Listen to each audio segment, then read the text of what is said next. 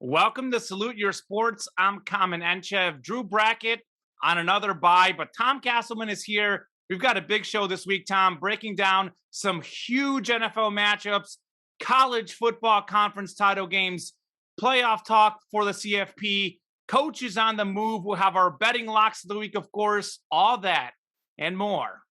Yeah, baseball hot stove is as hot as it's been in recent years. And of course, before we kick off, hope that everybody had a happy, healthy, and wonderful Thanksgiving with family and friends. I know I did. I'm sure Common, you did as well from what I saw in some of the pictures you posted on Facebook. So great time had by all. Of course, we'll be starting with the NFL, the big league. As you said, Common, tons of big matchups. I mean, we've got several teams now where if you look at some of our shows from September and early October, we're not talking about as many of those teams as we are now. We now have a couple of teams that are on a bit of a hot streak. The New England Patriots, 6 wins in a row. Kansas City Chiefs, 4 wins in a row. The San Francisco 49ers, I remember saying a little something about them being a wild card team at the beginning of the season. They definitely went into their usual injury-riddled kind of lull there at the beginning, but they've rattled off 3 straight convincing wins. So it's kind of a trite question to ask because we've already asked this question earlier in the year and we've kind of seen some answers change. But who seems like they're for real as we're rounding into playoff form? Who's going to be most dangerous the rest of the season? Yeah, I'm kind of trying to focus on just those 3 teams specifically, the hot teams. I'll say one quick thing on Thanksgiving. Uh, Do you ever have like those foods you've had before that you liked, but you hadn't had them in a while and you just forgot how good they are? Well, for me, On it occasion, is sure. sweet corn casserole. It is. I know you hate casseroles of all kind, Tom, but Uh-huh. corn casserole, it's heaven. I like am craving it. I had it. My brother and his wife brought some over. I also had it at my girlfriend's family friends' thing they did actually the day after Thanksgiving, or like 2 days after Thanksgiving, I think Mhm. actually. But anywho, I had it twice over the weekend, and I was eating it like nonstop, and I'm sold. But as far as football, I'm sold on all 3 of those teams: the Chiefs, Patriots, and 49ers. They are all for real. They are 3 of the top 5 Super Bowl contenders. I picked out those 3 teams specifically because I am madly in love with all 3. I might be caught up in the moment, but I like all of these teams. Right now, you look at the Patriots, 6 straight wins. They're all by 18 or more, except for one, which was a 3-point win. They're winning by about 24 and a half, 25 points a game over that 6-game winning streak. Last year, they had all the COVID opt-outs on defense. They added Nelson Aguilar. They added Hunter Henry on offense. They got their quarterback in Mac Jones. They have to get the quarterback into the system early in the season, but now they are rolling. They've got the best defense in football, and defense can still go a long way. 49ers, we talked about it. Last year had the most injuries of any team probably in the history of the league. Early on this season, injuries. Guess what? Jimmy G is back. George Kittle is back. And Deebo Samuel, a running back? What is going on? Deebo has had a rushing touchdown in 3 straight games, went over 60 rushing yards, not receiving yards, or rushing Mhm. yards the last 2 weeks. 49ers are cruising. The Chiefs, you know what? The Chiefs are an interesting team because their defense, granted, this season they were playing worse than ever before, but their defense the last 3 seasons has been way better in the second half than the first half of the season. I don't know what it is, but it takes some time for those defensive guys to get going. As far as Patrick Mahomes, Andy Reid said it himself. He's due for a slump. I know he's got a lot of turnovers, but man, if this man's slump means he's 3rd in the league in touchdown passes and 5th in passing yards, that slump is like a career year for many quarterbacks across the league. All 3 of those teams are really good. We saw obviously the Chiefs and 49ers in the Super Bowl just 2 years ago in what was kind of our last normal season. And we saw the Patriots. I know Brady's gone, a different team, but some of those defensive guys are still there. They're a recent Super Bowl champ as well.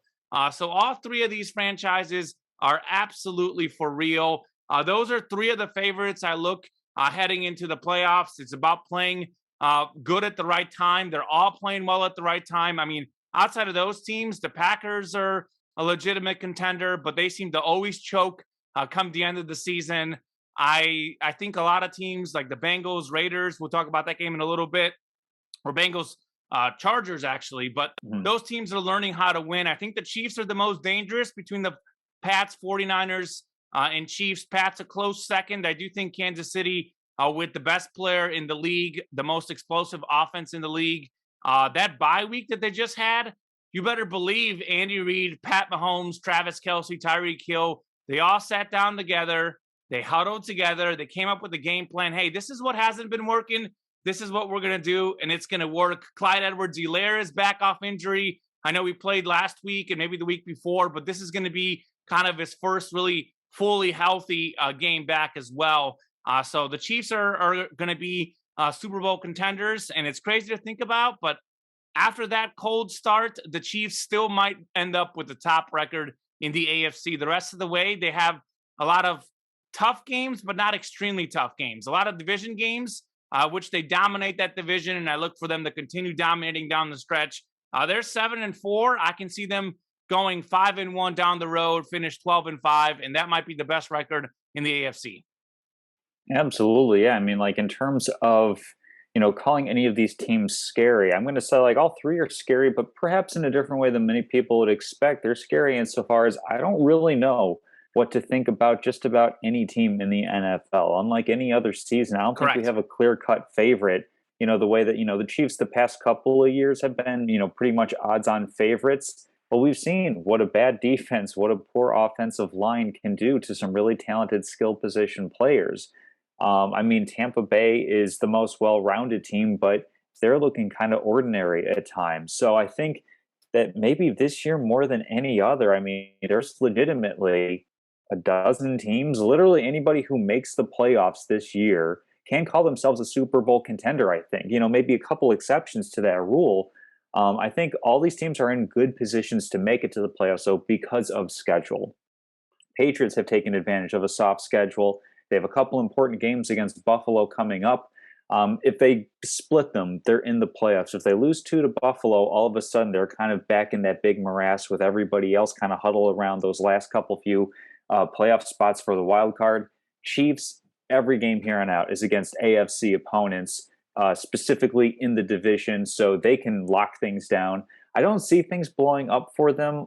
I think that would be probably the most surprising outcome of any of these three teams in particular, is Kansas City actually kind of falling on their faces against their in-division opponents. I know that Raiders have stunned them, a time or two in the past couple of years. Chargers beat them earlier this year, but the Chargers and Chiefs are at polar opposites of where they were playing then to where they're playing now.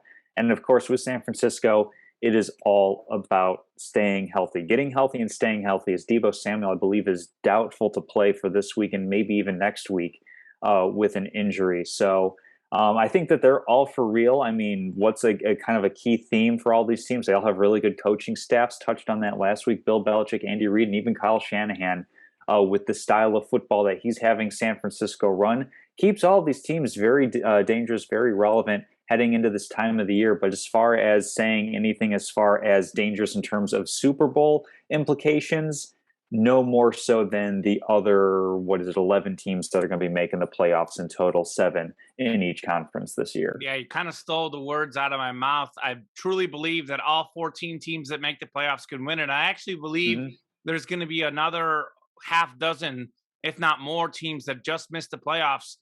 The difference between the 20th best team in the NFL and the first best, which again, I don't know which one it is either, Tom, is slim to none. I think literally some people at one point had the Bills as the best, maybe the Jaguars the worst, and the Jaguars beat the Bills.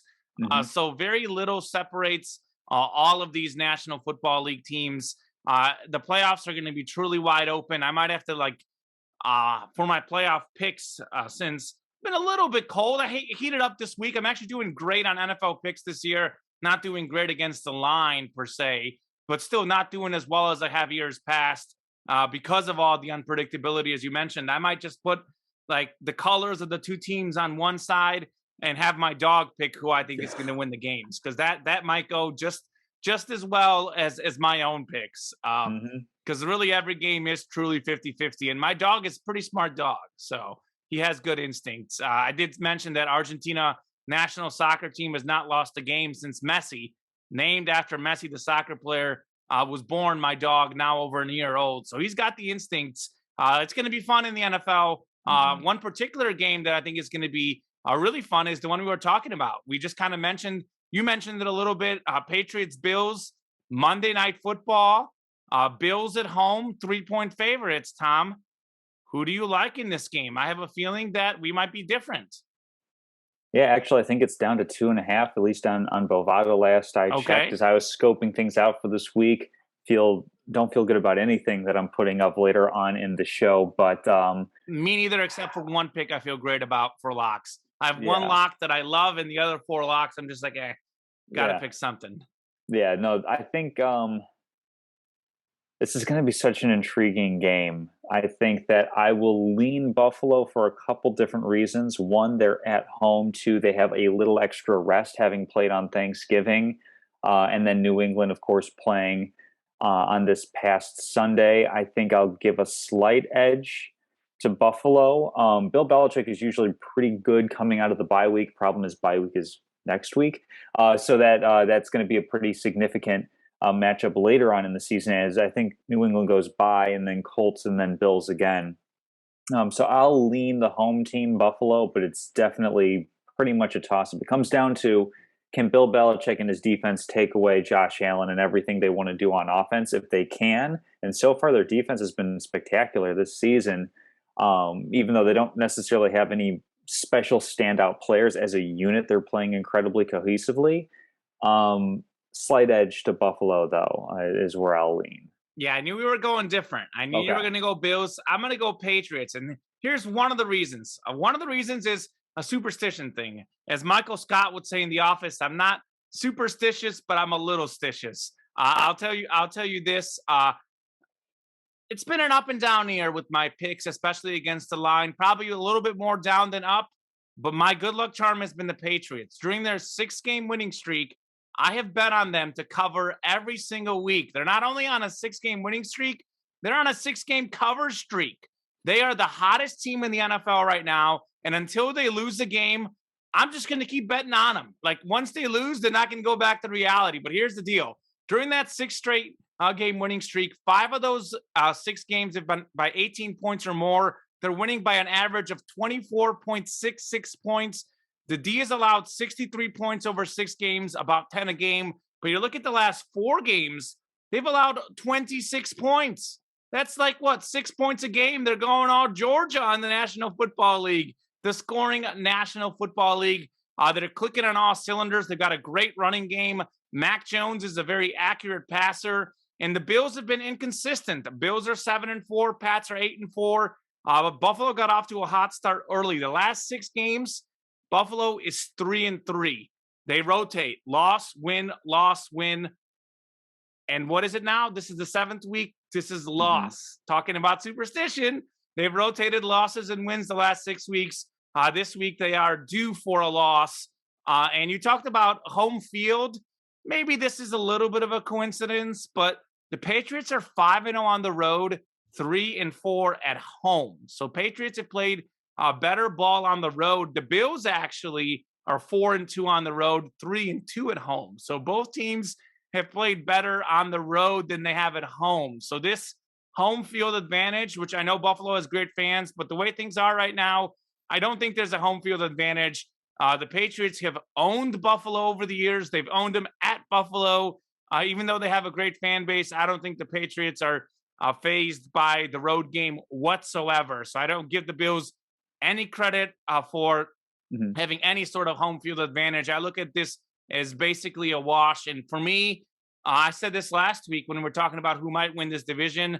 Right now, the Bills are up and down on offense and defense. Their statistics will tell you they're great in both areas, but a lot of those statistics came through the first 4 or 5 weeks. You look at the last 5-6 weeks, they've been very up and down, and some of their really, really good games have almost like made the stats look better than they are. It was like the Cubs baseball team in 2016, 2017. They were like 3rd or 4th in runs scored, but if you look at the games, most of the games, they were like a little bit above average. They had a lot of those 16-run games that would inflate their stats. Well, the Bills have these 40-point games that inflate their stats. This game against New Orleans, that New Orleans had 14 starters out, that inflated their stats. So I like the Patriots. They're hotter. They're better coached. They're just a better team at the moment because, like I said, I trust their defense, and I don't trust anything on Buffalo on either side because they are bipolar. And we've talked about this ad nauseum, as you would say on this show. But we've talked about how the Bills don't have a running game. Mm-hmm. And that usually is not a problem because their passing game is so good and Allen is such a good runner. But when you go up against for what is actually the number one pass defense in the NFL, I believe statistically, it's going to be harder when you're one-dimensional against the Patriots. I talked about this when they played the Falcons. When the Falcons had Cordell Patterson out, they had no run game. The Falcons' passing game was going to be one-dimensional. What happened? A shutout. I don't think the Bills are going to get shut out, but I think a one-dimensional offense, especially where your one dimension is what the Patriots are best at stopping, not a good matchup for Buffalo. And I'll tell you this, Tom, I know last week I was looking for like a split between these two teams. The more I think about it, the more I'm going to say Patriots will beat the Bills both matchups. So give me the Pats this weekend. Until they lose a game, I will pick the Patriots every week until they don't cover a line, which this week the line is – there's two lines I like this week. That's one of the ones I like for locks of the week, +2.5 or +3. The other three, I whatever. But yeah, give me the Pats to win this week. I like the Pats in this one. Should be a lot of fun. Yeah, I definitely worry about with the Patriots. Well, not worry per se, but look at the teams that they've been facing the past couple of weeks in terms of, the points against. I mean, Panthers, not particularly good. Browns, not particularly good. Falcons and Titans, both banged up. So it'll be interesting to see what they do against a pretty full-strength Bills offense, to be sure. Will definitely be a fun game on the docket on Monday night. Moving into another big game between a couple of teams that are going to be fighting for probably wild card berths, if we're being perfectly honest. Out in the AFC West, we have the Los Angeles Chargers. In the AFC North, we have the Cincinnati Bengals, a couple of exciting young quarterbacks, a couple of teams that historically franchises have been pretty volatile in terms of, sometimes they're good, sometimes they're bad. This year, we've seen them both be great. We've also seen them both fall on their faces. So what's it going to be this week heading into a matchup between Justin Herbert and the Bolts and Joe Burrow and the Tigers? Yeah, Joe Burrow and the Tigers. The Bengals, they are Tigers, sort of. Yeah. LSU Bengal Tigers. Is a type of tiger, yeah. Yeah, so Bengal Tigers. I guess you're right. So I'll tell you this, Tom, you said it yourself. It's perfect. I don't have a lot of confidence in either pick because both of these teams are bipolar, and it's symbolic because the Bengals, for example, beat the Ravens 41-17. Then they lose to the Jets the following week. The Chargers have beaten the Chiefs, and they've also lost to the Ravens by 28. So these teams are bipolar. It's going to be close. It's a hard call. The Bengals are 7-4. The Chargers are 6-5. The winner of this game, especially if it's the Bengals, likely is going to make the playoffs. The winner of this game will have the tiebreaker. I think if the Chargers lose this game, they're for sure out of the playoffs. I don't really care that much about the home field. Again, the Bengals are at home. Maybe that's a slight edge, but both teams have been about even at home on the road. This simply goes down to defense. I think the Bengals have a much, much better defense. They're sixth in the NFL, allowing 20.5 points per game. The Chargers are 29th in scoring defense, allowing about 26.6 points, which tells you enough about the NFL. If you actually look at it, 20.5 and 26.5 is really only 6-point difference. And it shows one is 6th, one is 29th. That's how close the league is as a whole. But I'd argue the Chargers defense is even worse than that because they played well early in the season. They have been horrific down the stretch. The last few games, they've been really, really poor on defense. So I like the Bengals because I like their defense better. Offensively, the two teams are pretty close. The Chargers are a little bit more explosive on the outside, but the Bengals are a little bit better running with Joe Mixon, who's phenomenal. So I'll take the Bengals in this game, but definitely could go either way. Absolutely. I think I'm leaning Bengals a little bit as well. I mean, they've had a couple of duds a couple of weeks back, losing back-to-back games against the Jets and the Browns, but I think that they're a little bit more consistent of a team than the Chargers currently are. Chargers have had a really tough schedule, and it's shown in losses to the Ravens, to the Patriots, to the Vikings, who might end up being in the playoffs, to the Cowboys, who are going to be winning the NFC East. So I think I'm Maybe. also going to lead or go with the Bengals. You think maybe on the Cowboys? Well, I think so, but the football team is a coming. Football team is a coming. Cowboys injured.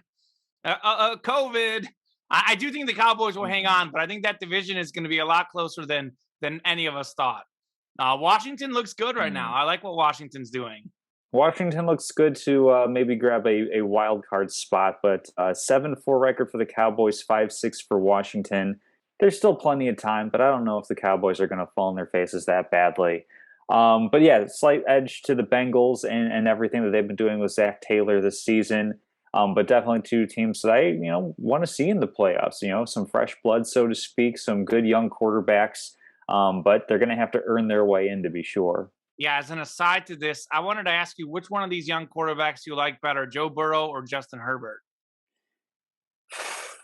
This is a tough one, and it's a great question now, because if you'd asked me at the beginning of the season, obviously when we ranked our top 10 quarterbacks, I had Justin Herbert, I believe, is a top 5 for me, something along those lines. I actually might give a slight edge to Joe Burrow based on how he's been playing. His recovery from multiple ligament tears in his knee has been nothing short of miraculous. Given it happened late last season, and he was able to come back and actually start playing week 1, start rounding into form a couple weeks after that.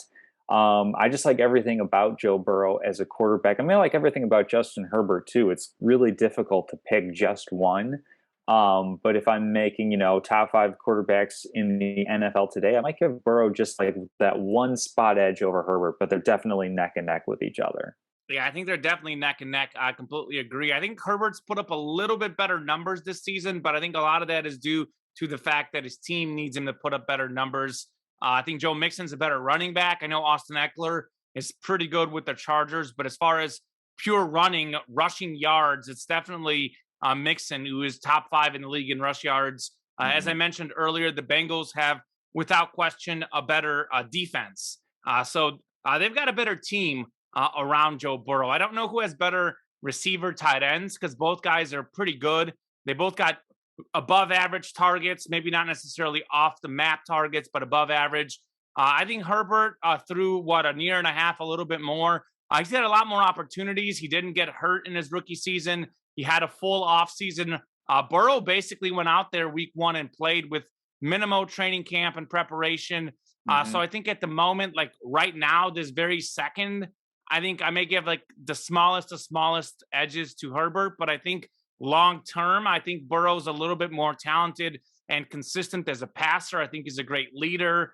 I do think he's also in a better situation because I think the Bengals have an overall better team. So I'll go Burrow long term. If we were going to rank these guys next year, I'll go slight edge to Burrow, but I think Herbert is right there. I think Herbert's been a little bit more successful early on, but it's a tough one. Those guys are both really good. Well, so some comparative stats. I mean, Justin Herbert is a 24-10 touchdown to interception. Burrow is 22-12. And if you go by QBR, Justin Herbert's actually number 1 in the league, 65.9 QBR.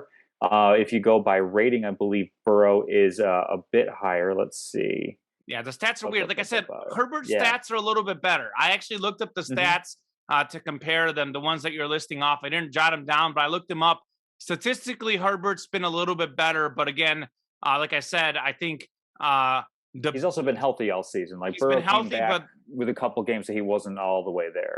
As good as Burrow is, the Bengals still were a little bit more of a run team because Joe Mixon, I think, is 3rd in the league in rushing. I think might be 2nd once he passes up Derrick Henry, who I think still might be 2nd despite the injuries. So a little bit different things that the teams ask him to do. But I think they're both really, really good quarterbacks. And I mean, that's the league.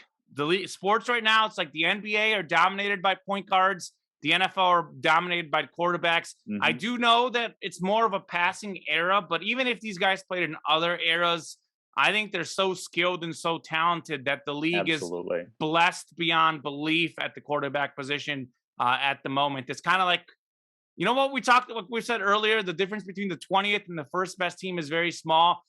Maybe I don't want to say the first, but maybe the third or fourth best quarterback and the 20th best quarterback, very small. Because you may have a ranking list come out that says whatever, Herbert is 6th, 7th in the NFL.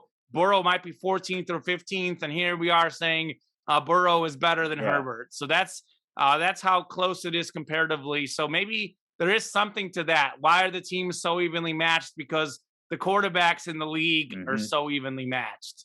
Absolutely. Well, it makes for fun viewing just about every single Sunday. That's to be sure, and will definitely be great to see further on down the road as the season continues on. One season that is fairly close to wrapping up is college football. We have the Power 5 conference title games coming up this Saturday, a couple other ancillary games around college football as well going on. But we've got SEC, Big 10, Big 12, Pac-12, ACC, all massive title games, all with college football playoff implications without a doubt. So we'll start with the biggest one, the one that is going to receive the most hype going into the game, the one that's going to be talked about the most after the game, pretty much regardless of result, I think.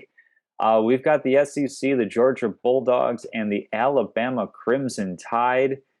Colin, where do you even want to begin with this? It's going to be a wild game. Georgia's ranked number 1 according to the AP. Alabama number 4 according to the AP. I know there's coaches poll rankings, the BCS rankings, or not the BCS, excuse me, the BCS.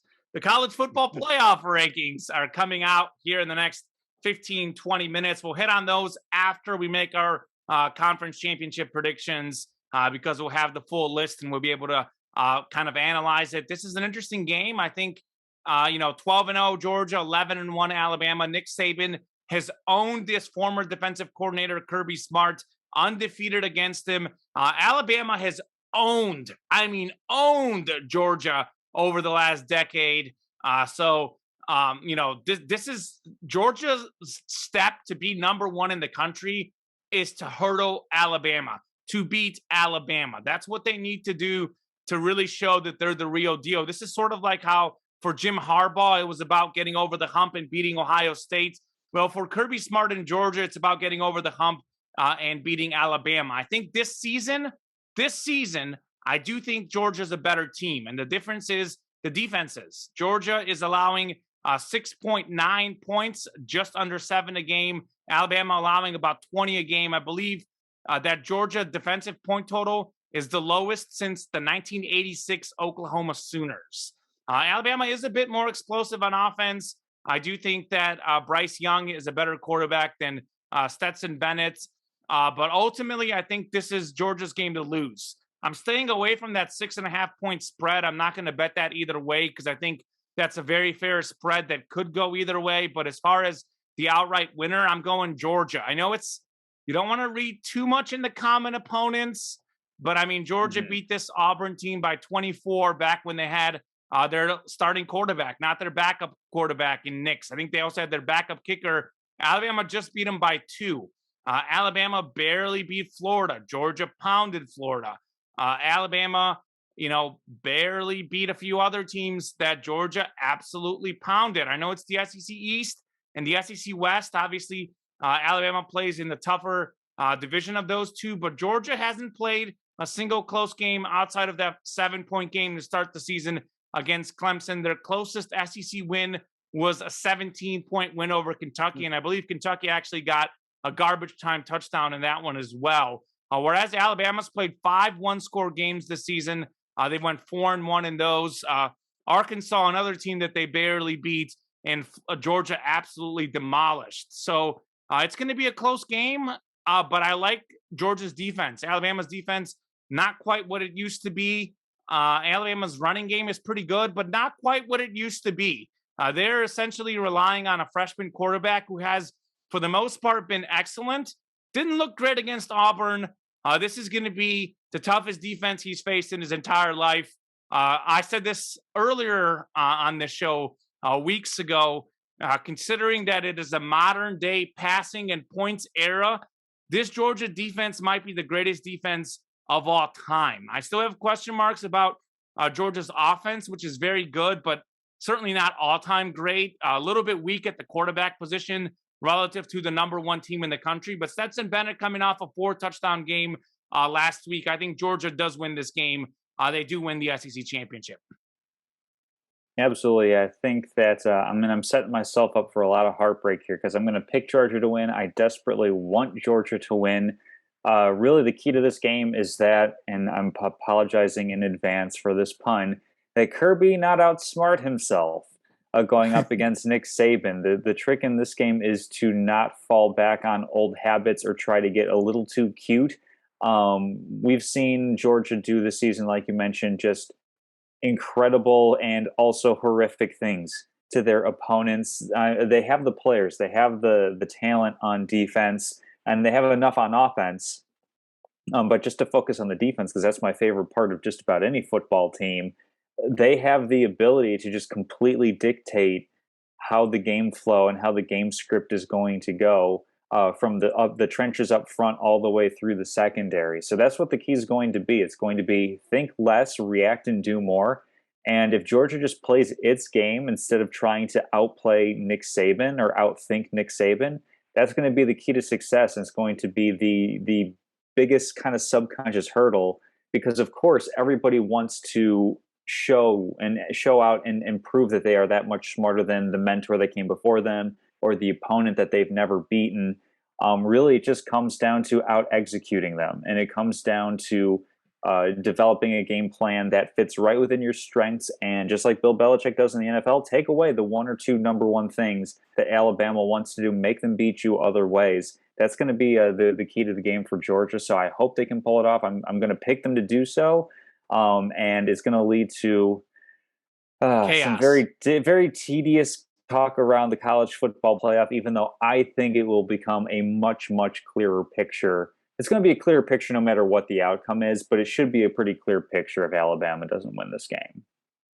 Yeah, well, we'll get to that in a little bit. I'll save my opinions on that. We'll get to that certainly in a little bit. I will say one thing that Alabama has going for itself, not that it's a weakness, but Georgia is so good against the run, so good up front. They're one, and again, I can't even call it a weakness, but if you're going to beat their defense, you're going to have to do it passing the ball. That is Alabama's strength. So that is one thing to keep in mind.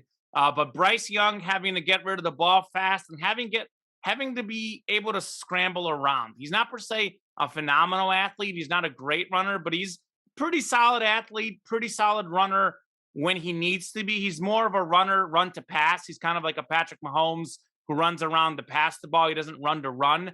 But he's going to have to use his legs, not necessarily to get rushing yards, but to escape the pressure because he's either going to have to get rid of the ball really fast or he's going to have to run around because he's not going to have all day to throw like he's had in certain parts of the season. So that'll be good. Another good game. Well, maybe not necessarily good, but another game with implications in the college football playoff is the Big Ten title game, huh? Yeah, I guess so. I mean, it's basically, Michigan just has to take care of business against an Iowa team that's been whelming all season long. I think would be a perfectly fine way of putting it. They've been doing what? They're whelming. What does that mean? They're not overwhelming or whelming's not actually a word. There's overwhelm and underwhelm. So right in the middle, I just say whelming. I'm being a little bit of a smart aleck with that one. The Castleman vocabulary. There's actually another word you used earlier, and I can't remember what it was that I was like, I didn't know what it was. But I think it was an actual word. Morass. Was that it? What does that mean? It's just like a big kind of jumbled mess of everything being the same. Okay. All right, well, go ahead about this game. What do you think about this game? I mean, I think it's Michigan's to lose. Basically, the key is going to be again from a coaching or mindset perspective. Is hey, you got the Ohio State proverbial monkey off the back. Now you got to take care of business against Iowa and not let this be a reverse trap game where sometimes when you're looking forward to an opponent, you overlook the one in front of you.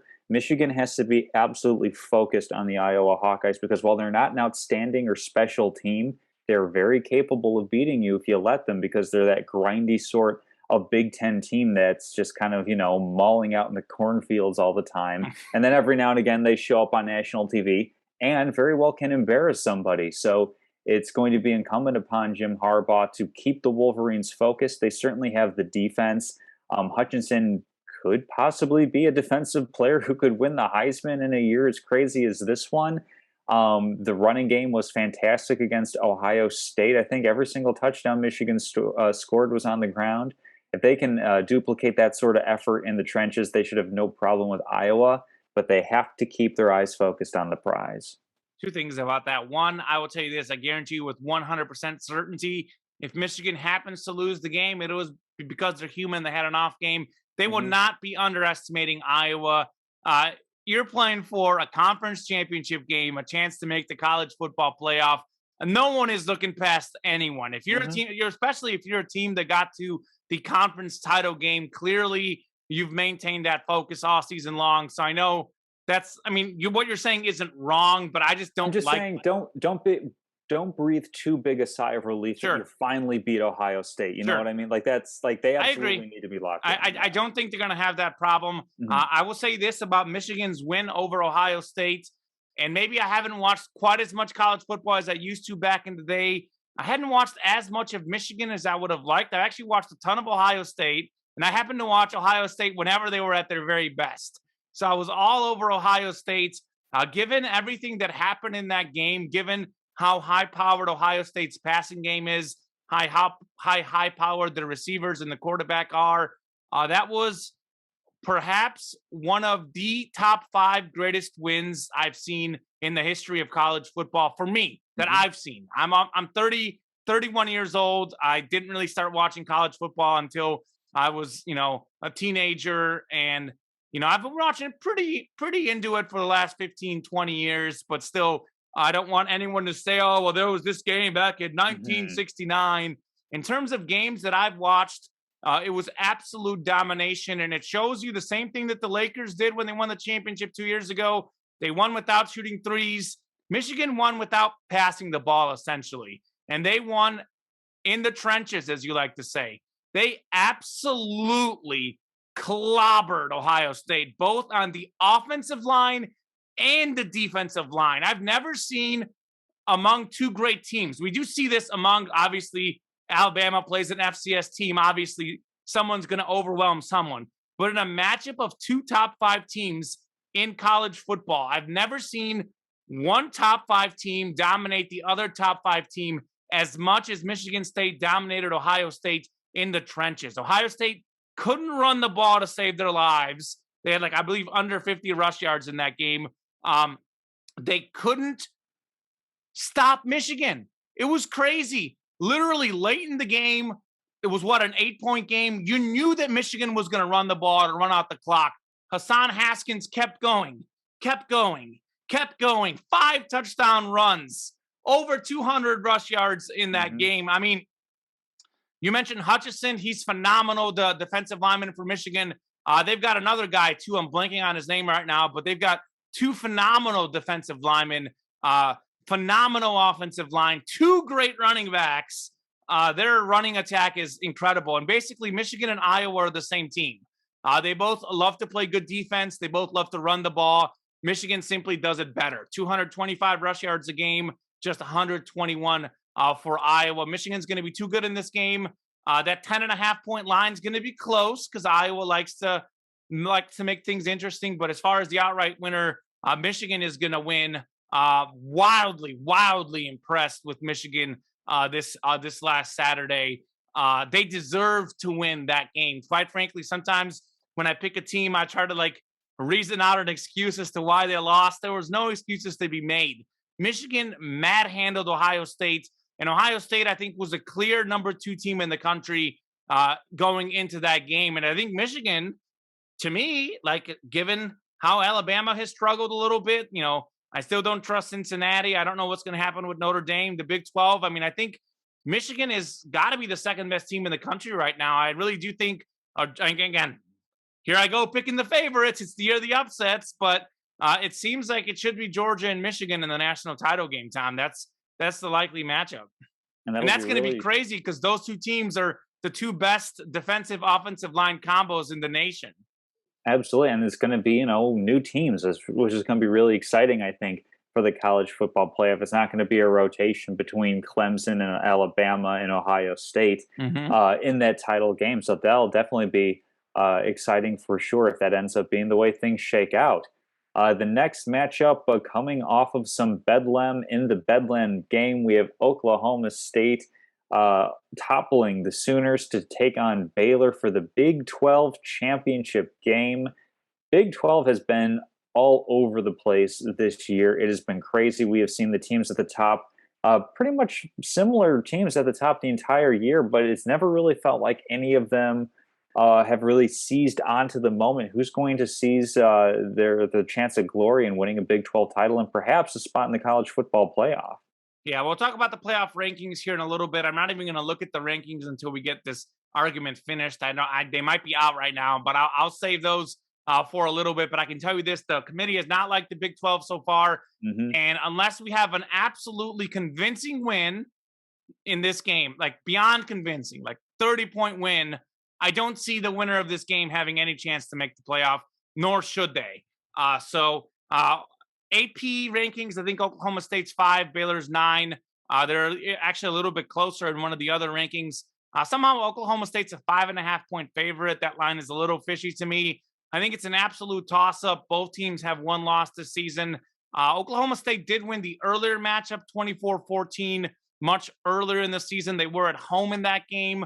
If you kind of take a look at the stats, they're pretty similar, both on offense and defense. Baylor a little bit better offensively. Oklahoma State a little bit better defensively. But both teams have very similar styles. Both actually prefer to run the ball over passing the ball. And they both have actually played pretty good defense. We normally associate the Big 12 with a lot of high-scoring games. Defense has been a little bit more prevalent in the Big 12 than years past, especially with these two teams.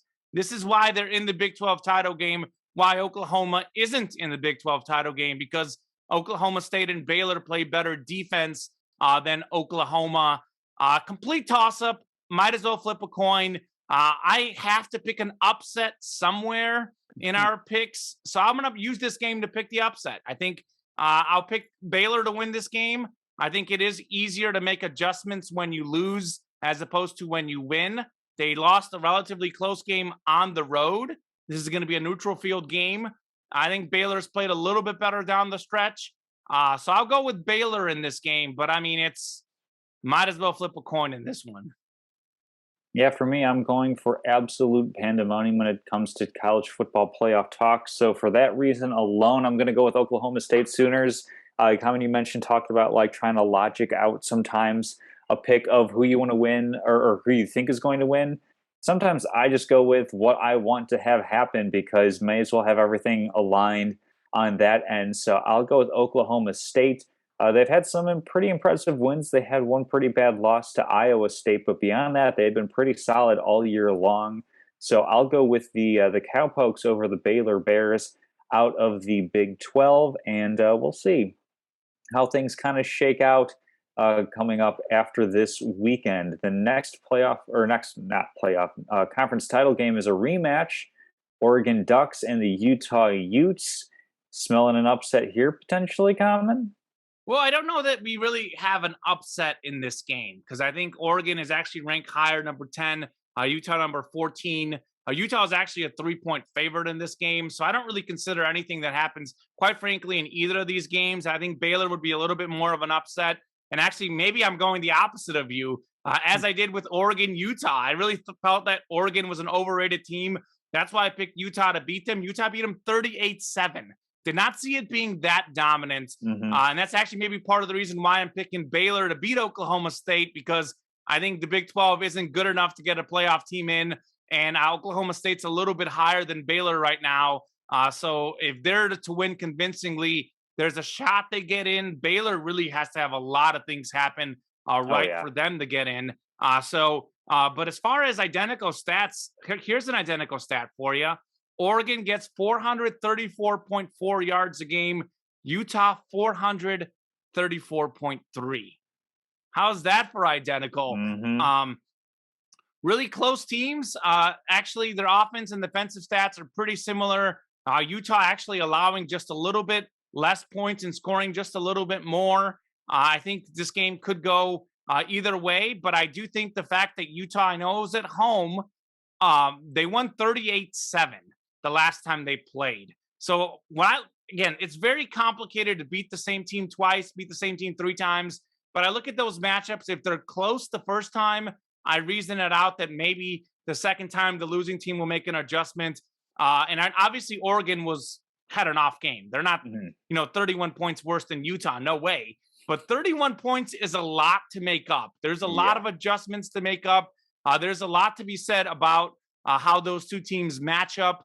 I don't see a 5-touchdown point improvement. In that first game that they played, we talked about Michigan dominating the line of scrimmage. What about Utah? They held Oregon to 23 carries, 63 yards, less than 3 yards per carry. Anthony Brown, Oregon's quarterback, is simply not good enough to win one-dimensional. Oregon's not a terrible passing team, but they're a little bit more of a running team. And they couldn't run the ball the first time against Utah. I think they're going to do better. But I do think Utah, which ironically is a 3-point favorite despite being a lower seed, that is probably because they have one less loss. I don't know that it would be an upset if Oregon won, but I'll go with the betting favorite, Utah, in this game. A lot of points to make up. 31 points is a lot to make up in a rematch. I'm inclined to agree with you. That was one of those games where I wasn't really watching it happen live, but every time I checked the score, it's just like, that's really what's happening in this game. That was surprising to see, and I can't really, and kind of reading up a little bit on it afterward, there wasn't really, wasn't something like, oh, star player X got injured or something along those lines. It was just Utah lined up head-to-head against Oregon and beat them down every single play, basically. So, and I think there was no turnovers in that game, too. It was literally almost a carbon copy of the Michigan-Ohio State game, but more dominant. It wasn't like sometimes you have a bunch of fluke turnovers. Like, they did have a special teams touchdown that maybe made it a little bit crazier. But if you look at that game, I don't think there was a single turnover in that game. Like, Utah literally just dominated. Yeah, no, I'm definitely leaning Utah on this one as a slight edge as well. So in the rankings, an upset in the betting world, that seems right on par for the course. So that'll be another good game to keep an eye out on. And then the ACC, the Power Five, that probably matters the least in the big picture, but certainly could have some implications for bowl games coming up. Definitely have a couple of teams in Pittsburgh and Wake Forest that are going to be looking to maybe slide into a January 1 game, something along those lines. What are you seeing for the Panthers and the Demon Deacons? Yeah, absolutely agree that neither of these teams has a shot at the playoffs. 17th ranked Pittsburgh, 10-2, 18th ranked Wake Forest, 10-2. Pitt, a 3-point favorites. I mean, again, this is just another toss-up. Both teams are close. I'm going to go with Pitt for 2 reasons. I think their defense is better. They're allowing 23 a game compared to 29 a game for Wake Forest. And I think Pitt has the better QB and the best overall player in this game. That's Kenny Pickett, the quarterback. On national TV, we'll have something more to prove and a chance to showcase his talents. Kenny Pickett's a name I've heard. I've barely watched him play. He's second in the nation with 40 touchdown passes and 5th with 4,066 passing yards. He's considered by many as a first-round pick in next year's NFL draft. And I did read up on this a little bit. There is no superstar prospect. There is no slam dunk quarterback. This is one of the weaker drafts when it comes to quarterbacks. But some people have him as the top quarterback coming out of this class, which means that there's a shot for him to be the top pick, a top 5 pick, given that how much teams like to draft quarterbacks. Dan Marino was a star at Pittsburgh. Kenny Pickett is setting many of his records. I think he's going to be good. This is his chance to shine on the national stage. He's going up against the Wake Forest defense that, quite frankly, is not very good. So I'll take Pitt in a close game. Haven't seen that much of either of these teams. And when I have watched it, I haven't liked Wake Forest. I watched some of the Wake Forest Clemson game. Wake Forest looked bad in that game. So I'll go Pitt with their talented quarterback prospect, but should be a close game for sure. Yeah, definitely going with a Pitt as well for the same thing you mentioned, having the better quarterback. Wake Forest started the season out really strong, but has been scuffling a bit of late, perhaps playing more to an accurate representation of the team that they are. So I'll stick with Pittsburgh as well. And then moving outside of the Power Five, we have the AAC, and you mentioned Houston specifically. Wasn't sure if that was like a Freudian slip in terms of like, do you think Houston's going to upset Cincinnati and really shake things up, or what do you have in mind here? I don't think so. I do think they're probably going to cover that 10.5 point line. 12-0 Cincinnati, 11-1 Houston, 3-6 in the AP, or 3-16 in the AP rankings. By the way, Houston's won 11 straight games. They lost their first game of the season against Texas Tech, and they've won every game since. Both teams have really good quarterbacks, nearly identical numbers. I do think Cincinnati has a better running game with Jerome Ford, and a better defense is allowing just 15.8 points per game. It's going to be close because Houston is hot and there's a lot of drama. Certainly nothing would surprise me, but I think this is the first time that we are going to see a non-Power 5 team make the college football playoff. I think Cincinnati's a better overall team. They're undefeated. They beat Notre Dame, which was a massive non-conference win.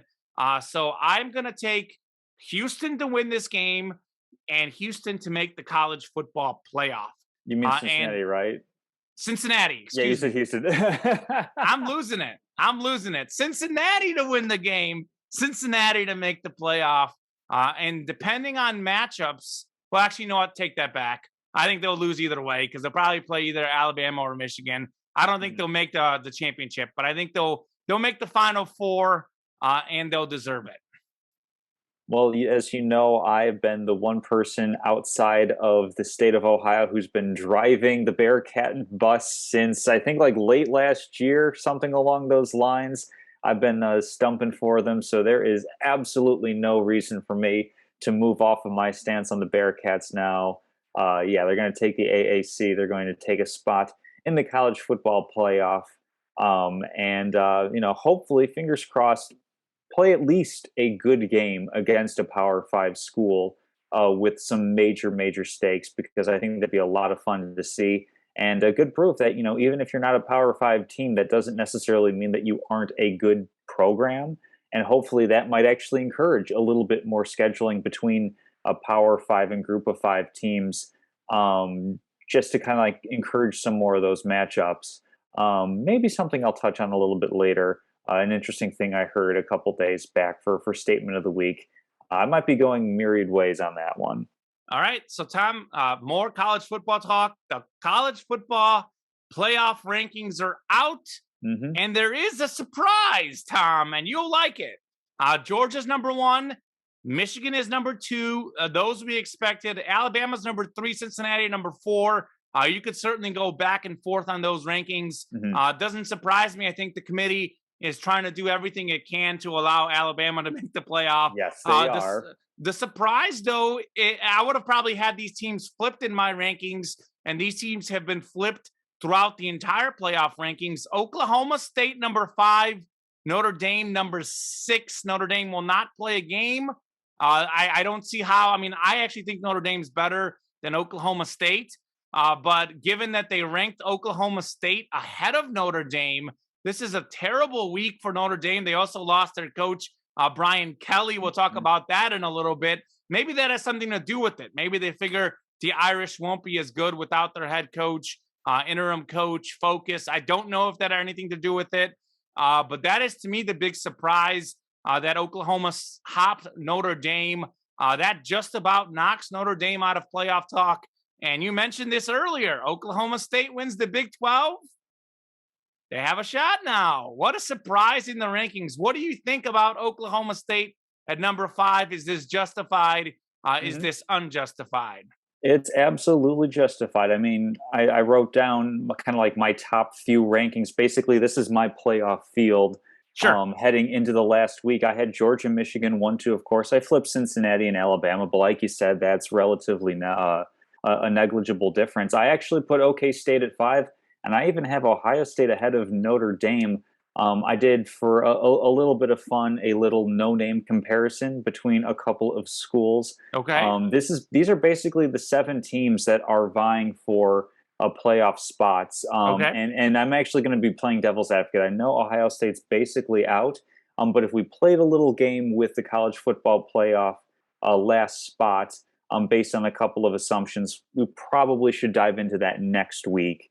Sure. Instead of getting into it now, although I did the research, we can do it now if you wanted to. But yeah, Sure. Let's do it.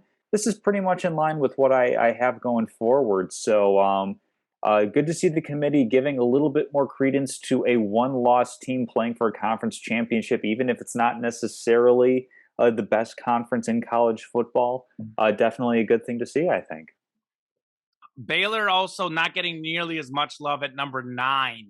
So it is a little weird to see Oklahoma State at number 5, Baylor all the way down at number 9. I know they beat them head to head, but they have a pretty similar resume, both with 1 losses in the Big 12 conference. So interesting would be to see what they specifically liked about Oklahoma State. I'll say this. Baylor was more convincing against Oklahoma than Oklahoma State was, and they just played a couple weeks ago. So to me, Oklahoma State at number 5 is very curious.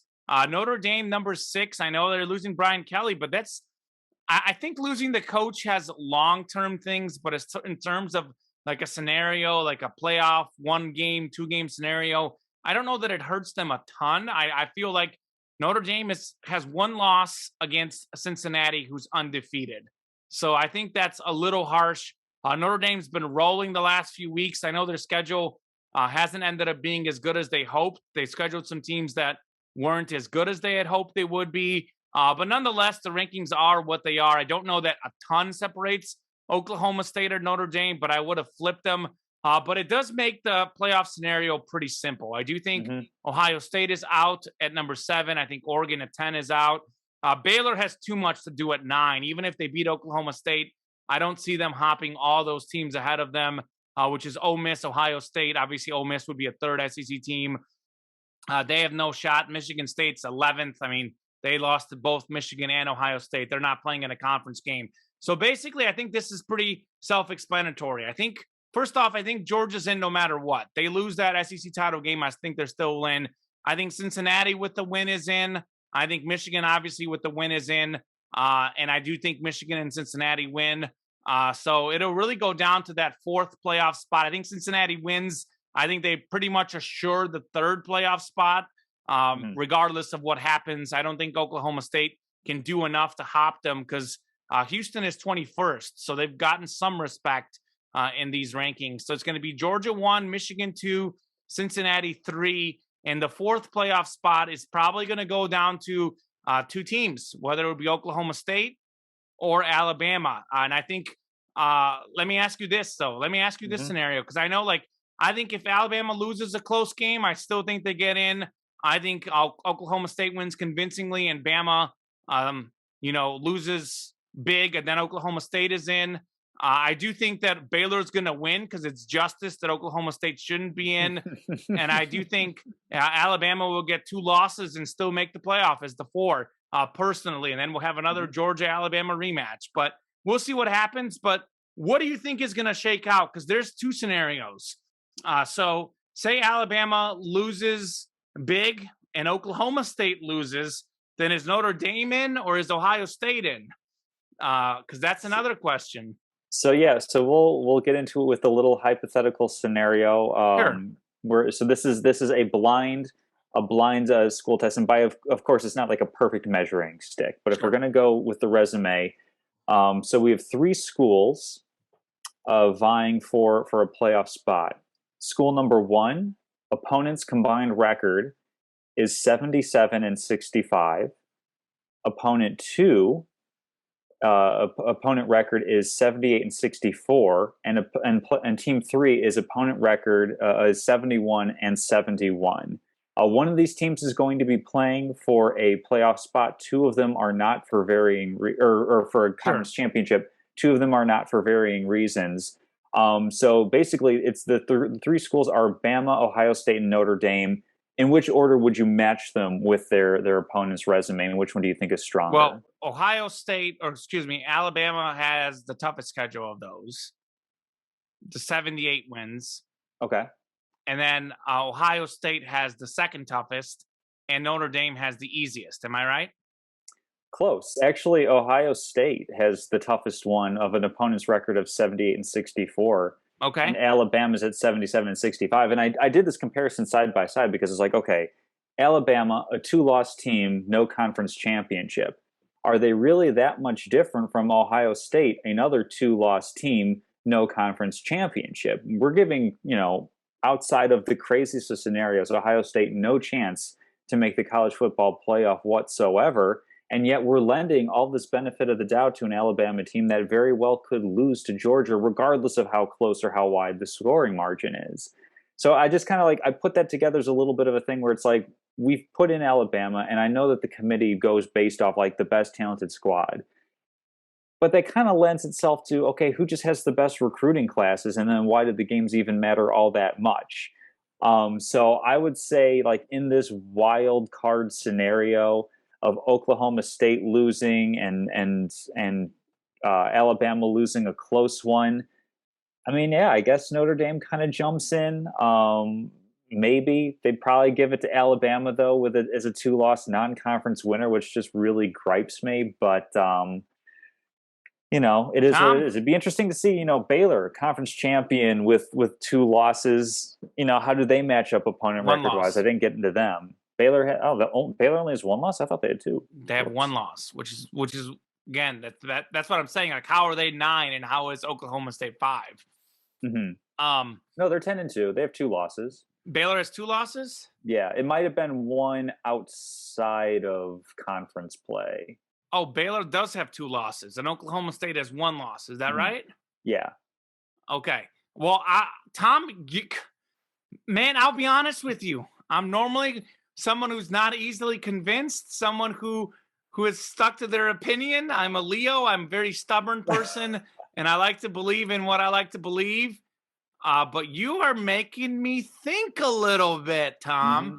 You are making me think a little bit because if you look at the season as a whole, I could argue that Ohio State, I mean, it's hard to say because Alabama, I think, played a couple cupcake games out of conference. The SEC, every SEC team is bowl eligible except for Vanderbilt. So all these teams Alabama played are good. But you're making me think about things a little bit just because Ohio State may not be completely out. Like, my thought is, how in the world are they going to hop Notre Dame if neither one of them plays? But I don't know how close the committee was in matching those two teams up because think about this. Let's just say Bama loses big, which is possible. Georgia's great.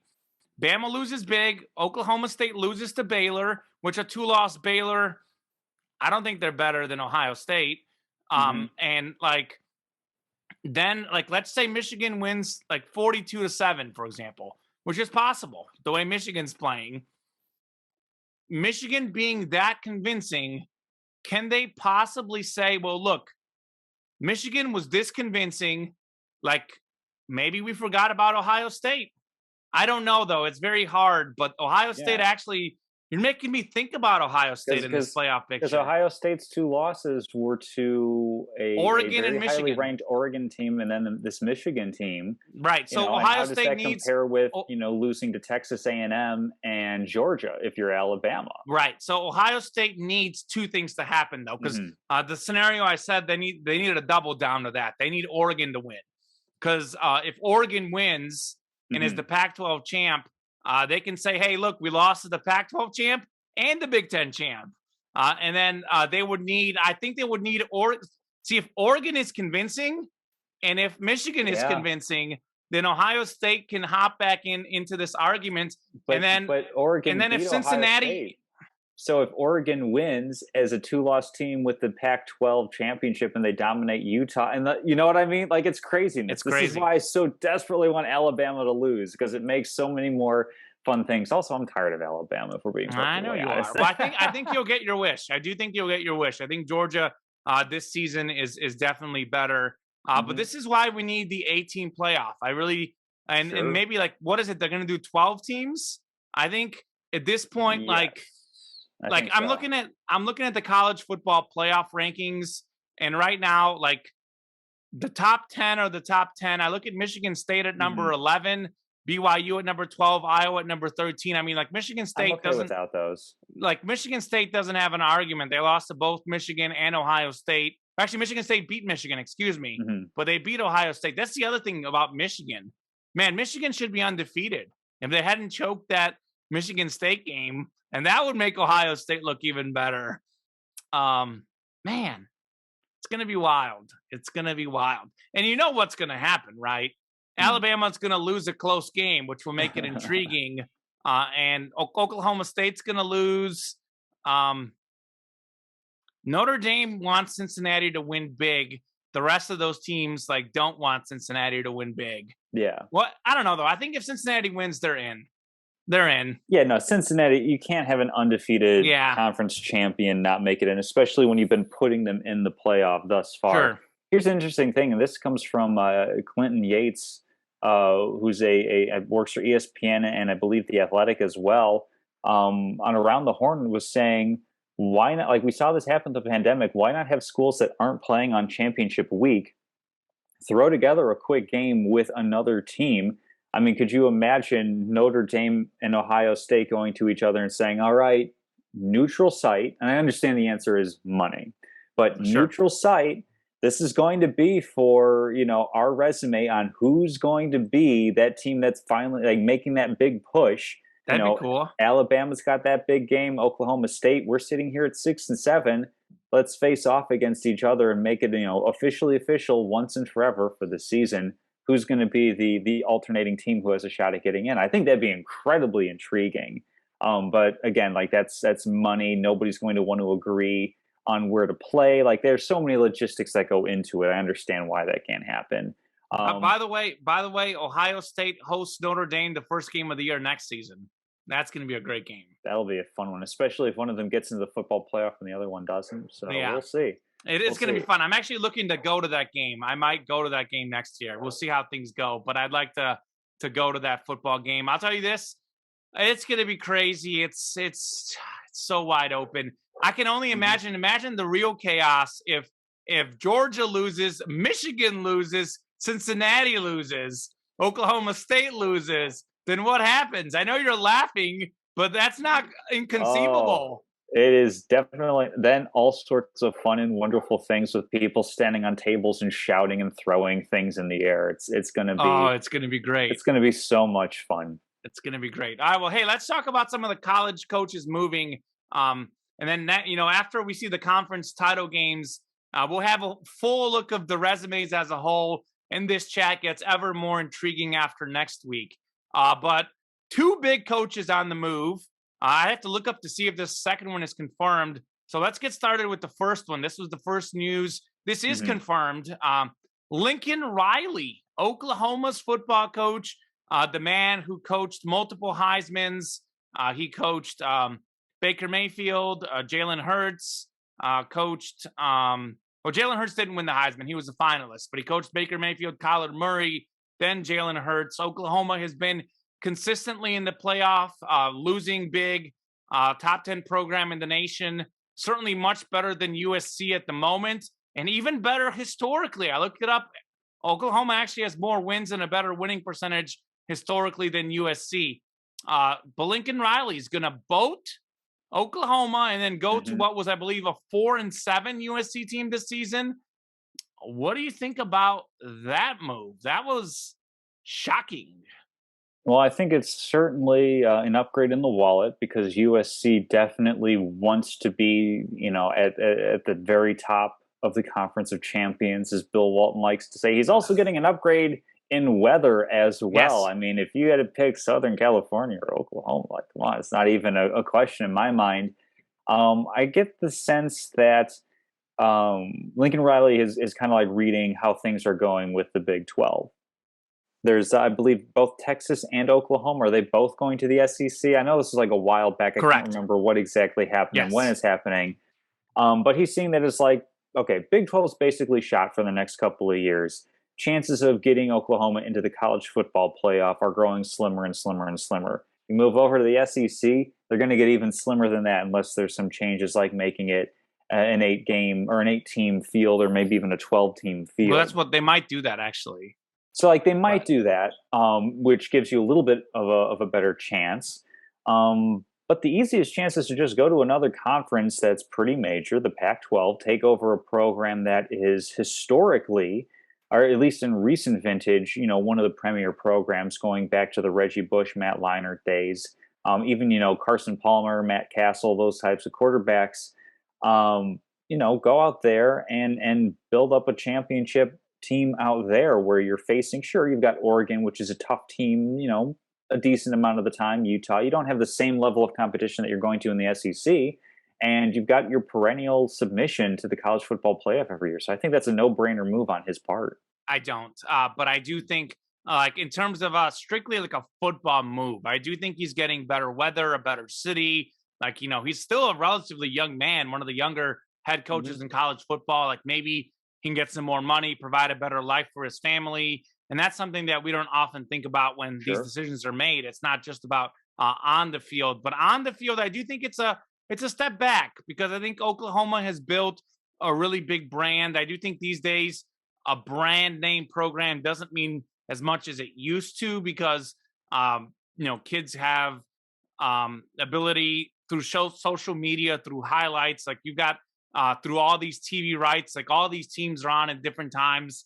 So there's a different sort of exposure, but I do think Oklahoma as a brand name program is higher than USC. I think USC has a long way to go to clean up the mess that they have. I think Lincoln Riley is essentially taking over a much different situation than he did at Oklahoma when he took over for Bob Stoops. He was taking over a very successful program, a very simple transition, a much harder one at USC. This is going to be sort of like his first time, like getting a great recruiting class on his own based on his own merits.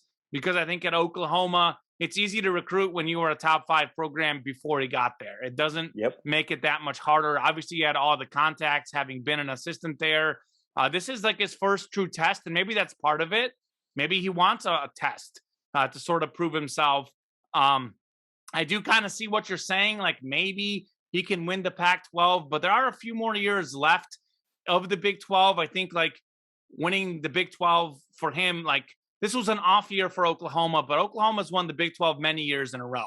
I think he actually would have just as good of a time winning the Big 12, easier than winning the Pac-12, at least for the next few years, because he could stay in Oklahoma for another few years. This move to the other conference, I believe, is 2 or 3 years away.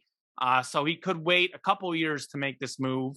Of course, you never know when jobs open up. Exactly. So that's the thing for the USC move right now.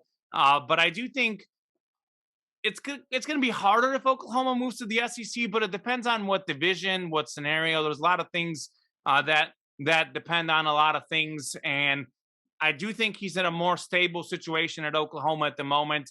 Can he turn things around at USC? Yes. Is it an absolutely crazy, awful move? No. But I do think that he's leaving a good situation and going into, from a football perspective, what is not a great situation. So we'll see what happens. You did speak about USC, like all those names. So a lot of those names were about 10, 15 years ago, 20 years ago. The last 5 years, I know Sam Darnold was a big-time recruit, but USC hasn't had that pedigree the last 4 to 5 years that Oklahoma has had. So we'll see. A tough they move. haven't had the coach, though. That's what Lincoln Riley is going to hope to try to build out there. Well, and we'll see how much of it was Lincoln Riley, how much of it was the players. Because I'm sure that's part of it too. Some of those players that he had, I mean, like Kyler Murray is shining in the NFL. Like he is legitimately great. Jalen Hurts is doing pretty good in the NFL relative to what people expected. Even Baker Mayfield, the jury's out on Baker. I think this is, I don't know, it's frustrating for me as a fantasy owner in a 2 QB league. I like right now I'm inclined to hate Baker, but if you think about it, Baker's playing injured. And like it's hard to play injured in the NFL. And almost if anything, that's like quarterback toughness. He was really good last season. I think the jury's still out on Baker Mayfield. But we'll see what happens. The other one, though, I think to me is even more interesting in the sense that I think these programs are closer. Brian Kelly to LSU, is that official? I believe he left Notre Dame. Is the LSU move 100% official or not yet? Yeah, he had a meeting with the team earlier today. I think it was like maybe 10 minutes at 7 in the morning. He's like, everybody wake up early so I can tell you I'm peacing out. So yeah, he's officially going to Louisiana State. Okay. So I think this is actually a good move for Brian Kelly. I actually think that at Notre Dame, which by the way, I believe he's like the winningest coach in Notre Dame history.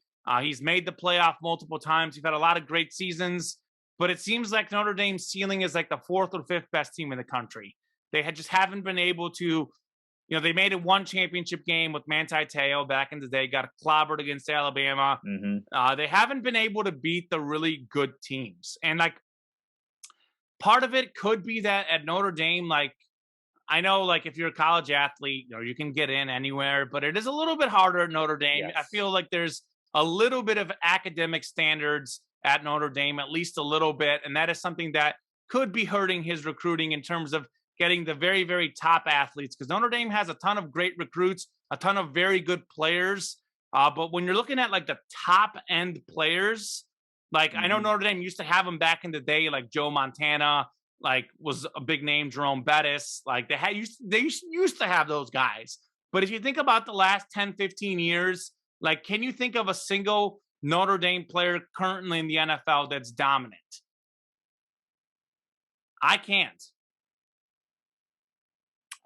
It's somebody who is dominant, like in an offensive line, where like Mike McGlinchey, Okay, in San Francisco, like. But there you go. That kind of speaks to your point, doesn't it? But that's my point, though. My point is, you look at LSU, the talent that they've attracted over the years. I mean, you look at Odell Beckham Jr., Leonard Fournette. These are staples in college, staples in the NFL. More recently, Justin Jefferson, Jamar Chase, Joe Burrow, Clyde Edwards-Helaire. I mean, these are guys who were just there within the last 2 to 3 years. I know LSU had a tough season this year, but like a lot of recruits remember that team 2 years ago that was by some considered the greatest college football team of all time. And you look at how those guys are playing in the NFL right now, it makes it hard to argue with. Went undefeated with the playoff system in the SEC with Alabama. They beat Trevor Lawrence and Clemson. I mean, that's such a great team. Like LSU attracts a lot of top-notch talent. I think they're essentially, like, if you look at the SEC West, I mean, I think Alabama's top dog, but in many seasons, if LSU can find a way to beat Alabama, they would be in the playoff more consistently.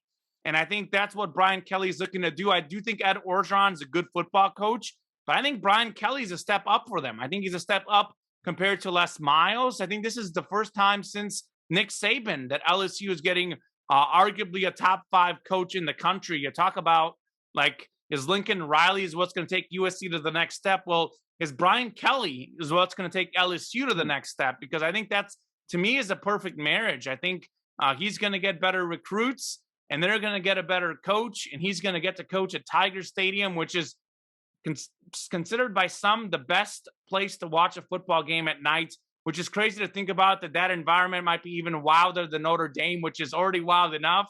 Like, I think that's going to be a cool move. And it's going to be an intriguing move. It's going to tell us a lot about Brian Kelly, and it's going to tell us a lot about LSU. I think it's a good move for both sides, though. Yeah, it's definitely a prove it type of thing. Brian Kelly moving from Cincinnati to Notre Dame, that was a pretty clear and logical step up. There's kind of it's definitely going to be higher pressure for Brian Kelly. I mean, so long as he kind of keeps Notre Dame, within range of like top 15, top 10. For the most part, people at Notre Dame are pretty happy because they know of the standard that they have academically. They know that they're not going to be able to go out there and compete with, the Alabamas and the Oklahomas, because those schools don't care as much. All schools care about getting their kids into classrooms. Notre Dame is one of the few that cares about how the kids do there. It's not too dissimilar from, Pat Fitzgerald at Northwestern, for example, that so long as Northwestern's like competitive every couple of years, they don't really care what he does. At Notre Dame, they really want to win a championship, but they're not willing to make that last final compromise academically to get that to happen. In LSU, I mean, we saw what happened to Les Miles, having, 1 and 2 lost seasons and not going to, at then, the BCS championship game. And he was up out of there because the pressure in the SEC is excruciating. So I think it's going to be interesting to see how Brian Kelly handles that sort of pressure, going from Notre Dame to LSU, going up against Nick Saban every single year. I think that's going to be an incredible matchup to see between the Tigers and the Crimson Tide. So I think it makes sense for him to make that move. I mean, they gave him 100 million reasons to make that move as well. So it's going to be really fun to see down in the Bayou and Death Valley over the next few years at least. I have one more thing to counter. I agree with most of what you're saying, and I agree with the logic that you have. Personally, I agree with your logic of pressure, but I don't think that's what it's like at Notre Dame. From what I understand, again, and I'm not a reporter there, I don't have insider sources, just stuff I see, rumblings I see on Twitter, and just stuff that I've sort of heard. From what I understand is that Notre Dame fan base is fed up with Brian Kelly. Notre Dame, like, I agree with you, the academic standards are different, and what you're saying is 100% logical. In my head, there should be more pressure at LSU, but the way things are, I actually think he's going to have less pressure at LSU just because Notre Dame was probably the top college football program up until we hit the 90s. I think like they've done well. They're always going to be well, but since like the 90s and 2000s, like they faltered relative to what they were. They used to be the number one college football program in the country, in the world, quite frankly. And they've kind of like, when they're good, people want to be back to those glory days of winning national title games.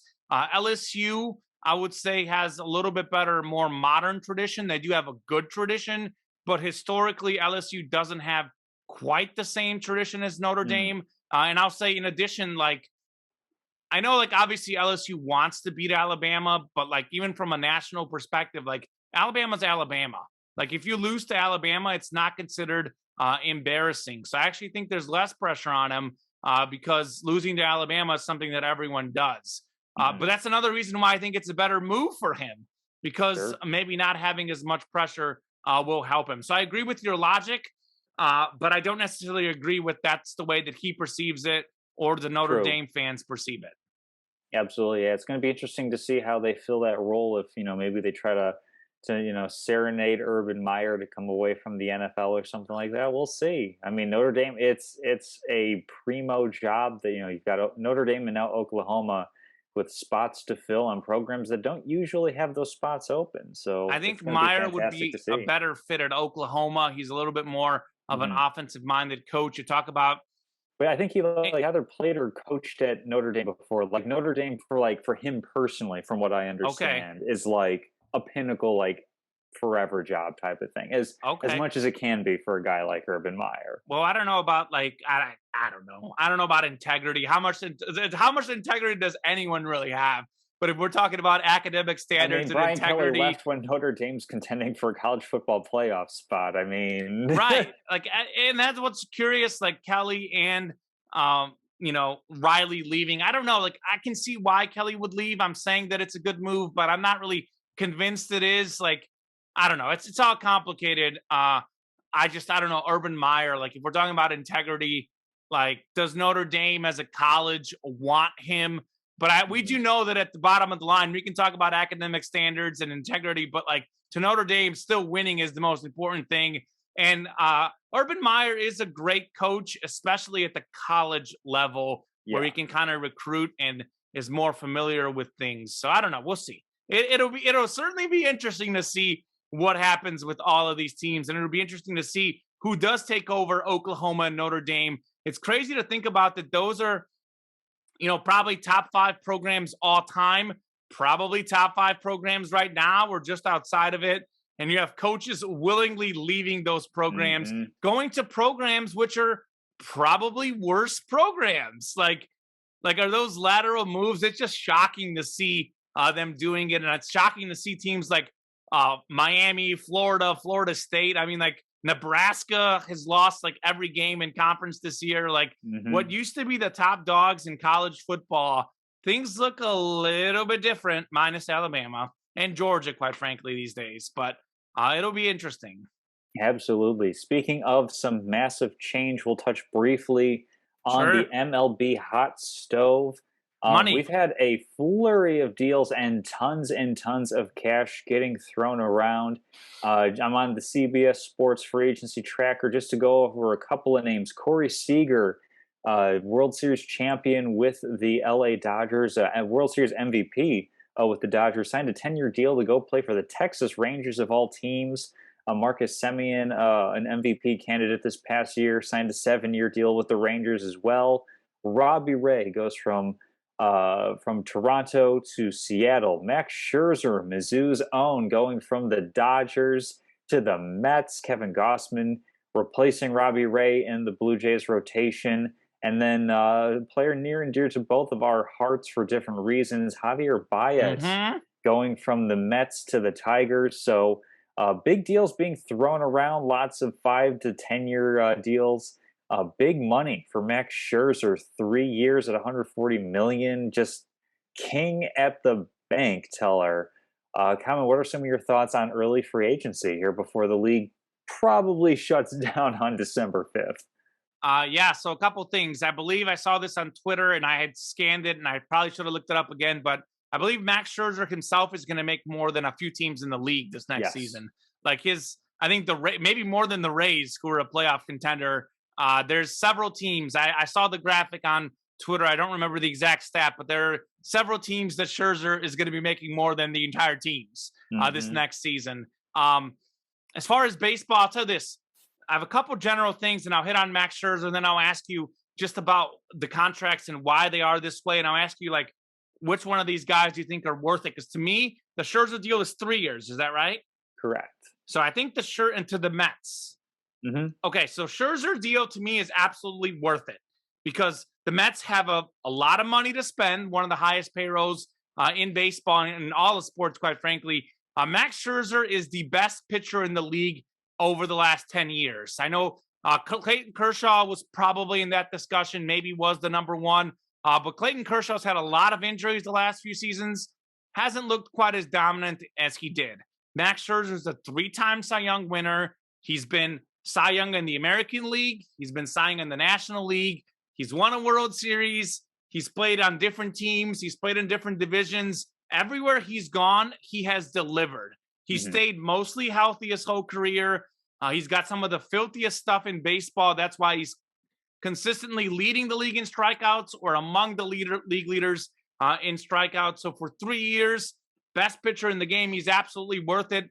Jacob deGrom would be one of the contenders against him for best pitcher if he can stay healthy. But that's been the difference between Scherzer and those other Met guys like deGrom, Syndergaard. Like those guys haven't stayed healthy.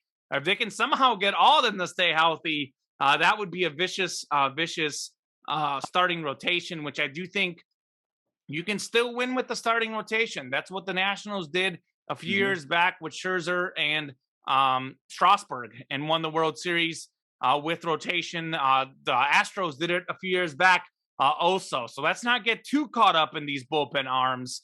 The starters are still the best pitchers for a reason. As far as baseball, like he's the one guy of those guys that I do say is worth it. The rest, I feel like they're all getting paid a little bit too much. Those are all very good players, but not necessarily like consistently top of the level MVP candidates to me. But my question to you is, and just in general, just my general observation, and I know sports are different. I know baseball, you carry less people on the major league roster. I know you play more games, so you make more total money off ticket sales. I know the salary cap's a little bit different, but football is by far and away king in America for the big sports. And basketball, quite frankly, if you look at the ratings and if you look at the social media, the general popularity, it's not by a lot, but basketball has overtaken baseball. It used to be like baseball was here, basketball was here. Now it's the other way. So I think baseball, to me, is the third sport in the country right now. But these baseball athletes are making more than the basketball players, even though there's even less players in basketball than baseball. And then they're even making more than the NFL. I know part of it is the NFL. You have a 52-man roster. It's a little bit different. But then again, you have minor league rosters for baseball. So how is it that these baseball guys, these baseball superstars that are the least marketable of all the sports, the least well-known in what is now the number 3 league in America, how are they making more than basketball, which has less players, and more than the NFL, which is king in America? What's going on, Tom? What is going on? Because Kyler Murray is a bigger name in the NFL than he would have been in baseball, but that was the whole Kyler Murray argument. Kyler Murray can make more money as a baseball player than as a football quarterback. What is going on? Just why is it like this? So it's like that because it comes down to the overall league salary structure. In the NFL and in the NBA, you have a salary cap. There's a limit to how much money a team can spend. In baseball, they don't have a cap at all. They have a luxury tax, which teams like to use as a de facto salary cap. But if a team wants to go out and sign literally every free agent, they can go and do that, And then the thing is, the Dodgers almost did, but then didn't stay healthy. The Dodgers almost did, yeah. No, and it's basically that. Like you mentioned, you have 81 home games every single year with anywhere from low attendance days, somewhere around 12,000 people coming through the gate, all the way up to 40,000 people in attendance. I mean, roughly average that out over 81 different games. You're going to bring in a lot of ticket money that way. And then just the regional sports. I mean, the thing that baseball, football, basketball all have to their advantage is that this is the last bastion of reality TV or of appointment TV. Now with DVRs, I mean, you can DVR sports, but you can DVR all your shows if you want to and watch them commercial free. Sports are really the last place, especially for advertisers, to go if they want to make sure that people are putting eyes on their products. So you have a lot of money going into the TV deals, which is how mostly that's how MLB teams make their money. From what I understand, like tickets and concessions are a nice boost, but the major money is all from television. It's all from Turner Broadcast Company signing a deal with the MLB to broadcast the games and have the exclusive rights for the postseason. So that's how it's happening. TV people are paying a lot of money for sports and in turn charging a lot of money to their cable consumers, streaming services the same way. That's where all the money is. And then just like the cherry on top is all the people in attendance as well. Yeah, I still just don't get it because I feel like the NBA on TNT and obviously like NBC, CBS, Fox Football, etc. is more recognizable than even like ESPN Sunday Night Baseball, TBS, like during the playoffs. I know they have like select games. Like I know there's MLB Network, but I mean, how much more popular is that than NBA TV? I don't know that either is really that popular, to be honest. Like I don't know. It's counterintuitive, but it's almost as like, not to say that ratings don't matter. But like a lot of these TV places don't care that not as many people watch baseball because it has like the longest season.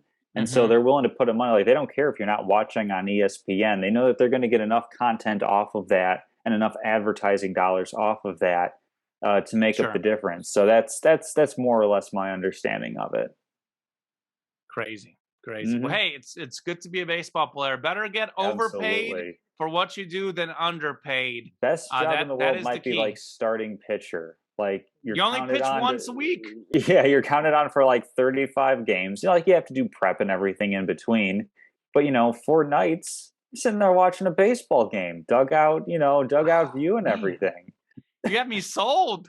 I want to be a starting pitcher. I wish that my parents raised me to be left-handed and throwing a baseball really, really fast. If we'd like engineered me for that, that would be great. Oh man, you're giving me ideas for when I have kids one day. Maybe that's not. Be careful. Idea. Always is it Todd Maravich or something like? I don't want to be that guy. Yeah. Did you see the movie Richard King, by the way? It was really good. Serena Williams and Venus Williams' father, how he wrote a manifesto that they would be tennis champions before they were born. That was a very good movie. I would recommend it for sure. I have not seen it yet. No, like Will Smith is a very good actor to watch. And of course, the Williams sisters. You want to talk about like the best sports like siblingship in America or maybe all of human history? It's them. Yeah. Without question. Serena's probably the best or second best ever. Venus is right about the 10th best ever if you look at statistics. And the fact that they play each other as well. Like, you don't have like Peyton Manning tackling Eli Manning type of thing in the NFL. The fact that they literally go head to head. And think about like how many more single wins they would each have. Because there was a time where Serena was number 1, Venus was number 2. And actually, there might have been a time where Venus was 1, Serena was 2. Like, and actually, that movie is interesting because it kind of looks at their childhood. And actually, Venus was the child star. She was better than Serena. And actually, like, that movie, like, basically focuses on Richard King and Venus. Not very much about Serena, which is what I found very interesting in the movie. Yeah. But was a great movie for sure. For sure, check it out. All right. Well, hey, betting locks of the week. I was almost thinking that me and you are both gonna go defeated this week, but things did turn around a little bit. I had a 2-3 week. I lost the first 3 bets I made. UCLA +7 against Gonzaga. Sure, Gonzaga can go lose against Duke. Sure, Gonzaga can go barely beat some random school, whatever it was last night. But they had to pound UCLA. Bears -3 at the Lions. You and I both said it. We both picked that game. And what did we say? Well, we just know what's going to happen. They're going to lose. And arguably what happened was even worse.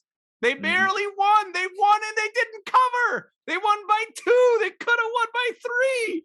Oh, and I was watching the game and I was like, they're on like the 10-yard line. They've got like 3rd and whatever, and they throw it to like the 4-yard line. And obviously if they chose to run it in, they would have gotten a touchdown. They would have covered. But Matt Nagy had to wait for the last second field goal. Then he had to be all dramatic. Oh, it was so exciting for us to get a win. It meant so much to the franchise. Oh, come on, Matt Nagy. You beat the winless Lions by 2 points on a last-second field goal. Get out of here, Matt. Absolute garbage. And I've watched that game time. I don't know if you've got a chance to watch it, but it was one of the ugliest football games I've ever seen. I know you like low-scoring games, but this was a low-scoring game where both teams kept going backwards because of penalties. I mean, the Lions had like 2 separate drives where they had 4 straight penalties and had 3rd and 30. The Bears outgained them by like almost twice as many yards, and they couldn't get it done in the red zone. The Lions had like the worst red zone defense in the NFL, and the Bears are field goal miss, interception. What are we doing?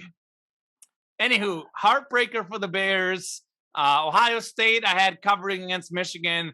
That didn't go well. I do well on my last 2 NFL picks, though, to get a 2-3 week. I had the Pats -6.5 over the Titans. The Pats winning 36-13. I had the Packers -1 over the Rams. They won by 12. 1-4 week for you. You missed the Bears game like me. You missed the Chargers against the Broncos. Denver with the 15-point win. Talk about the bipolar Chargers. You went against me. I had the Rams against the Packers. I told you the Rams are frauds. It's just a matter of time before you come over to my side, Tom. And then you had the Panthers -1 over the Dolphins. 4-game winning streak for Miami. You said Christian McCaffrey would make a difference. Well, you forgot the factor that Christian McCaffrey, sadly, for him in the NFL, always gets hurt. Yeah. And then you finally got one. You were on the hook for an 0 for a week. You had the Washington football team just barely getting you the cover there. They won by 2 points. You might be aware of what happened to my fantasy team in that game. Were you aware? Of what happened to your fantasy football team and yours? Mine, yeah. Yeah. Overtime would have been nice for both of us, I think. Here's what would have happened. So, by the way, like, had you won, I would have been back in the playoff hunt because you would have knocked off Jake. Allie lost, and then Aaron lost also. So I'd be 1 game back of a playoff spot and looking good. Taylor Heineke on 4th down throws a touchdown. Then you would have been up in fantasy points. And then I would have been up if it wasn't for that last second Russell Wilson touchdown at the end. I'm just like, don't throw a touchdown, Russell. And I said it to my coworker who I was working with at night. I was like, well, looks like I'm going to win my fantasy matchup unless Russell Wilson throws a touchdown. This is with like 5 minutes left in the game. Sure enough, Russell Wilson throws a wide open touchdown. Both of us lose heartbreaking games. So nonetheless, though, 1-4 week for you, 2-3 week for me. Drew was 3-2. He got his English Premier League under 2.5. It was 0-0. Leeds United and Brighton. He had Bears Lions over 41. That was wrong. Only 30 points. You had to know no one was scoring in that game. You had the Bills -6 over the Saints. Bills covering easily because the Saints' whole team was injured. Bengals -4 over the Steelers. Bengals with the big win, 41-10. And you got Titans +6.5 at the Patriots. I got that one wrong. So he's 3-2. Drew has overtaken you for first place in the standings, 28-20-2, Mr. Bracket. I'm going to read Drew's picks right now. Then we'll do your picks, and we'll close it out with my picks. He sent this in via text message. Newcastle United, Burnley under 2.5 goals in the EPL. Saints Cowboys under 47.5. Bears +7.5 versus Arizona. Ravens -3.5 at the Steelers, and Seahawks +3.5 versus the Red Hot Niners. What you got, Mr. Castleman? All right, going to the NFL for all of my my picks. I'm going to start off with a hometown game. I've got the Arizona Cardinals covering 8 over the Bears. Bears just have not looked good at all. Cardinals coming off of a bye week, getting a little bit healthier with Kyler Murray. Bears heading in the opposite direction, not getting healthier. I like the Indianapolis Colts to cover 9 over the Texans. We talked a couple weeks ago with perhaps Cooper Kupp being an MVP candidate. I think Jonathan Taylor has thrown his hat into the ring, and I think the Colts will continue to ride their young running back to playoff contention, and they're going to need it over the Texans. They're going to look to control the clock, especially toward the end of the game, just run it out on a bad team. Another decent team over an awful team. Give me the Vikings -7 over the Lions. Dalvin Cook is out, but Alexander Mattison still a decent fill-in at running back. And then you've got, Adam Thielen, Justin Jefferson.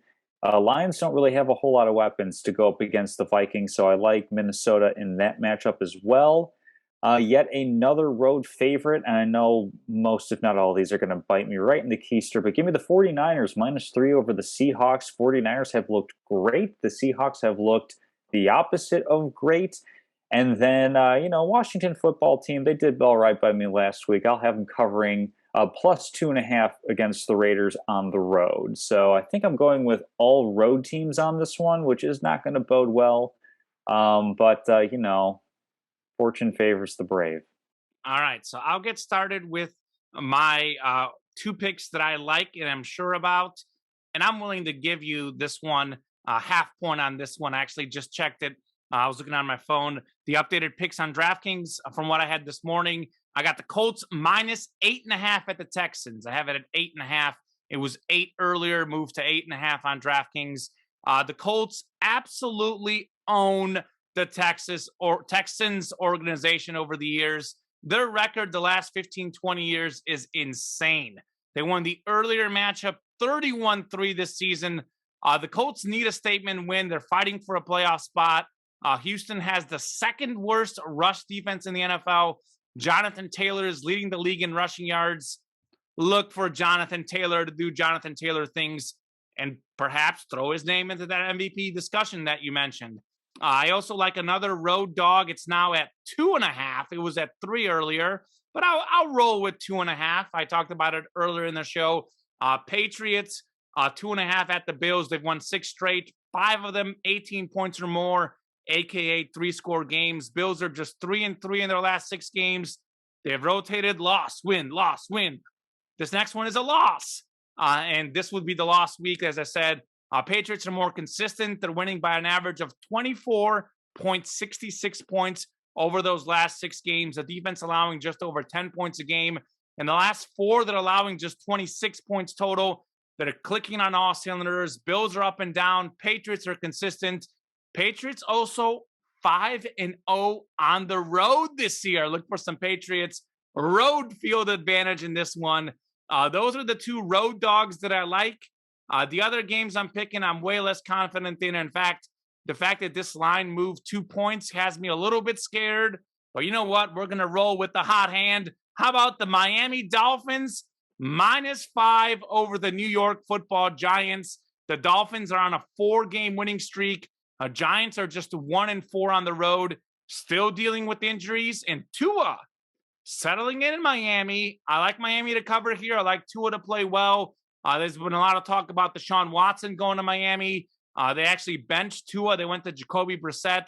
Tua's gotten the starting nod recently. He's playing as good as he's played in the NFL. I think he's turning the corner. The Dolphins are turning the corner. They just beat the Panthers big. Look for another at least touchdown win over the Giants. Not that confident in that one, though. Of my 3 NFL picks, I'm the least confident.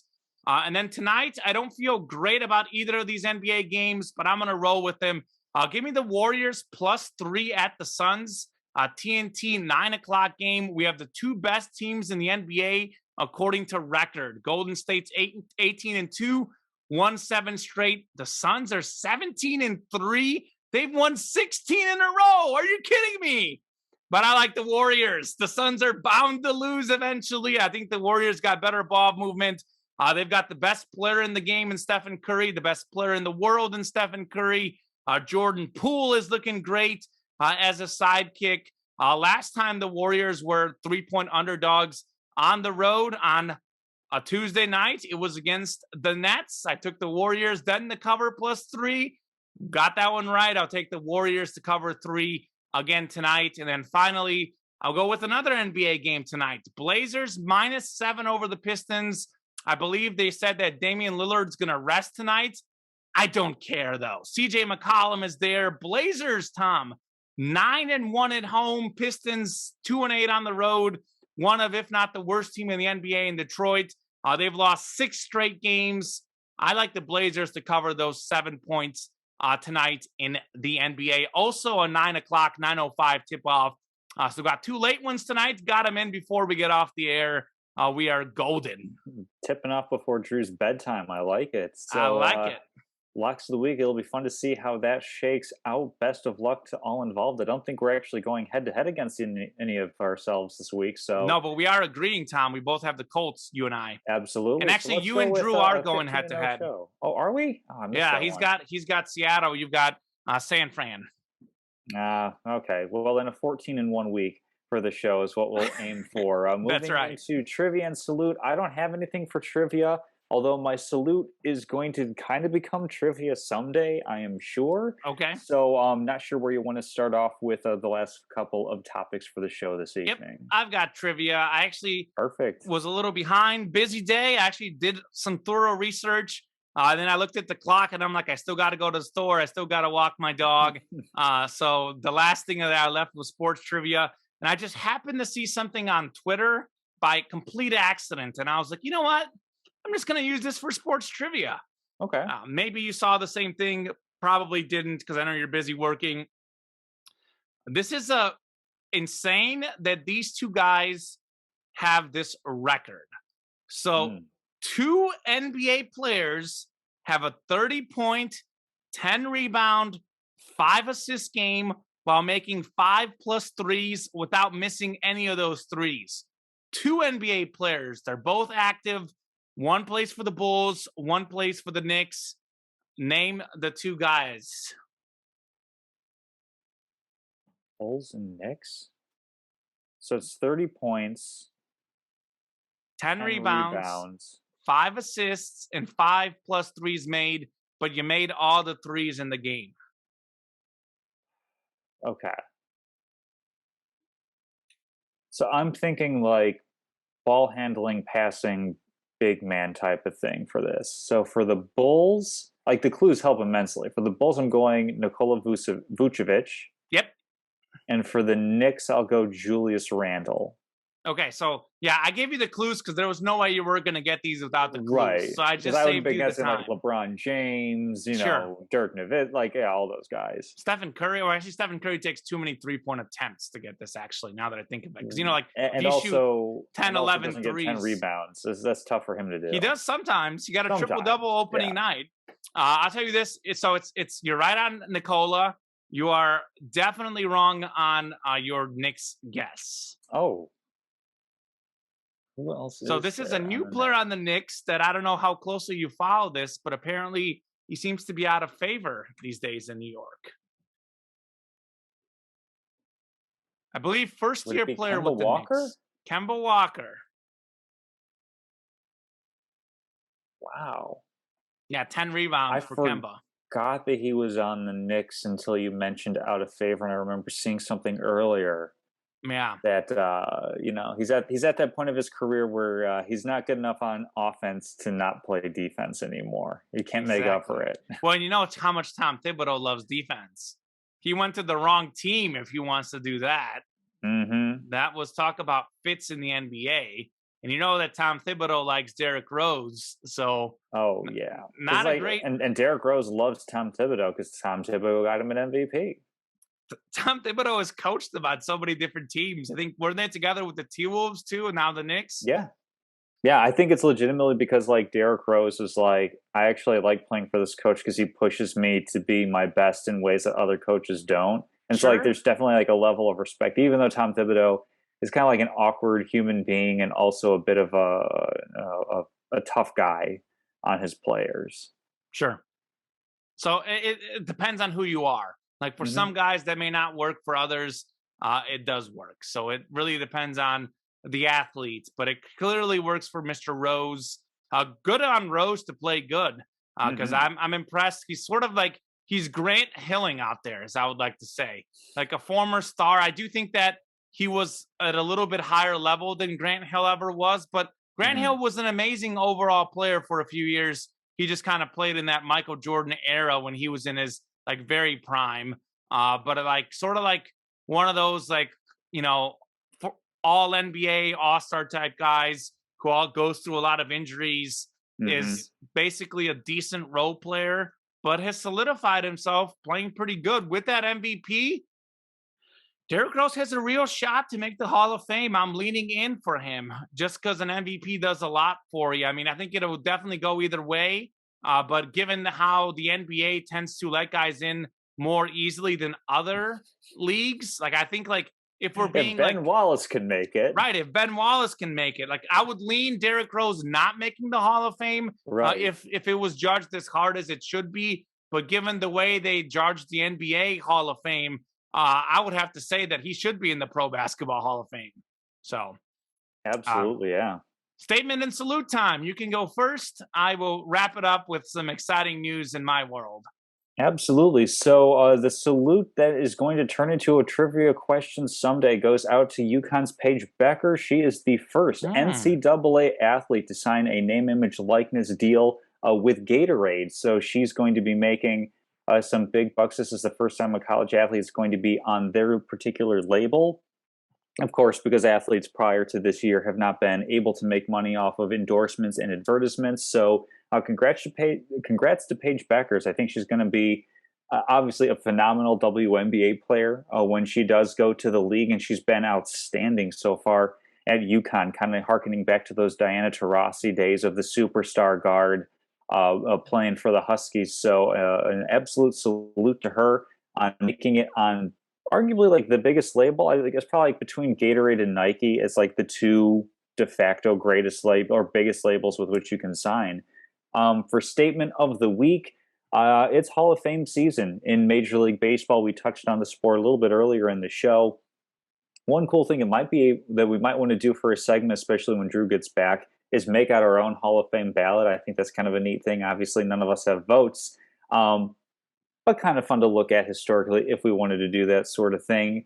One guy, however, who has is not going to be on the standard vote because his time has long since passed, and unfortunately, he passed away some years ago as well, is Minnie Minoso, former White Sox, most notably, but had a great career in a kind of different sort of way. So he's up for Hall of Fame election with the Golden Days Era Committee. Basically, they're looking at everybody from the I want to say like late 40s to 1960s, kind of the range in which they're looking for players. Minnie Minoso is a player who's never received more than 21% of the vote. And I think that's because voters didn't have an appreciation for him as a player then that we now do with advanced metrics and also just the story of baseball. Minnie Minoso is the first Black Latino player in Major League Baseball. Many White Sox players who are from Cuba, they have talked about how Minnie Minoso is their Jackie Robinson. He's the one who broke a different version of the color barrier for them to come afterwards. So, just from a story perspective, you can't really tell baseball's story without Minnie Minoso, and that's what the Hall of Fame Museum is really for. Consider this: his career spanned 5 decades. He started playing baseball, granted with the Negro leagues prior to MLB, and also playing in other leagues that's not just American Major League Baseball. Played from 1946 to 1980. So, like, just from longevity, that is incredible. And then a 53.8 WAR, just to go from the analytical side of things, is towards the bottom of the range for Hall of Famers, but somewhere between 50 and 70 WAR, there are 83 players who fall in that range that are currently in the Hall of Fame. So he has the on-field merit as well to be in the Hall of Fame, even if he's not necessarily a big home run hitter like a Hank Aaron or a Willie Mays. Manny Minoso definitely had a massive impact on baseball and absolutely should be in the Hall of Fame. Gotta agree. And I think in baseball, you've seen the sort of like the decline of African American players. I know like Barry Bonds, Gary Sheffield, Hank Aaron, Willie Mays before that were big names. Jackie Robinson, obviously. But actually, baseball is largely dominated by the Latin, the Cuban players, and the White Sox roster is just filled with them. There's so many of them. Like last season, most of the roster. They made history last season with the first 4 hitters in their lineup all being of Cuban descent, being from Cuba. Sure. Just to touch on that. Yeah. And not just Cuba, just Latin America as a whole, Dominican Republic, Venezuela, like all these other countries, Central America, largely represented in the MLB. And it is true, like the same deal as Jackie Robinson. I think, especially back then to some extent, not to some, in some cases, to a larger extent also, those races are still not fairly treated. Obviously, in sports they are, because if you're good enough, you'll get your shot in sports at least. But yeah, I agree. I'd have to look up more of the statistics. I have heard the name though. I am familiar with who you're talking about. I have not done the statistical analysis on it, but I tend to agree with what you're saying. I'll stay with things internationally. This is sort of a statement / salute. It serves as both. We can't have the biggest individual sports award in the world go to my favorite athlete in the world and not mention it on the show. This man behind me, Lionel Messi, won his 7th Ballon d'Or, which goes to the top soccer player in the world every year. That is 2 more than the next closest guy, Cristiano Ronaldo, who is, by the way, pretty old these days. So this just about ensures that Messi is going to retire with the most Ballon d'Ors. And the Ballon d'Or, what is crazy that he has 7 of them. It's sort of like the NBA and NFL MVP. It's one of those things where they hate giving it to the same guy every year. So it's very, very hard for the same person to win the award. I don't think this is a record that's ever going to be passed. I don't think anyone ever touches 7 Ballon d'Ors. This award did come out after Pele played. There's certain things out there that do a retroactive Ballon d'Or or top player award winner. And Messi would still have more than Pele, by the way, if we're going off those statistics. But nonetheless, I don't think Messi's going to be untouchable. I think, by the way, he has more career international goals than Pele, which is something that most people wouldn't believe. Pele won the World Cup 3 times. Guess what happened? One of them, he got hurt in the group stage, and they won the World Cup without him. Another one of them, I don't think he even scored the most goals. So Pele was part of a stacked Brazil team. Easy for him to win the World Cup those days because Brazil had all the best players. He was sort of like a greater version of Bill Russell, but like he was like, his team was probably going to win without him. He was sort of the icing on the cake. Different game back then. For me, Messi's the best ever. Gets more assists, more dribbles than Pele, better overall player. Really happy to see him win his 7th. A really close vote. There is some debate out there. Robert Lewandowski had a fantastic season. Probably deserved it last year. They didn't do the award because of COVID. Being the humble guy that Messi is, he actually said that they ought to give Lewandowski the award for last year, give him this year. But really happy to see Messi win.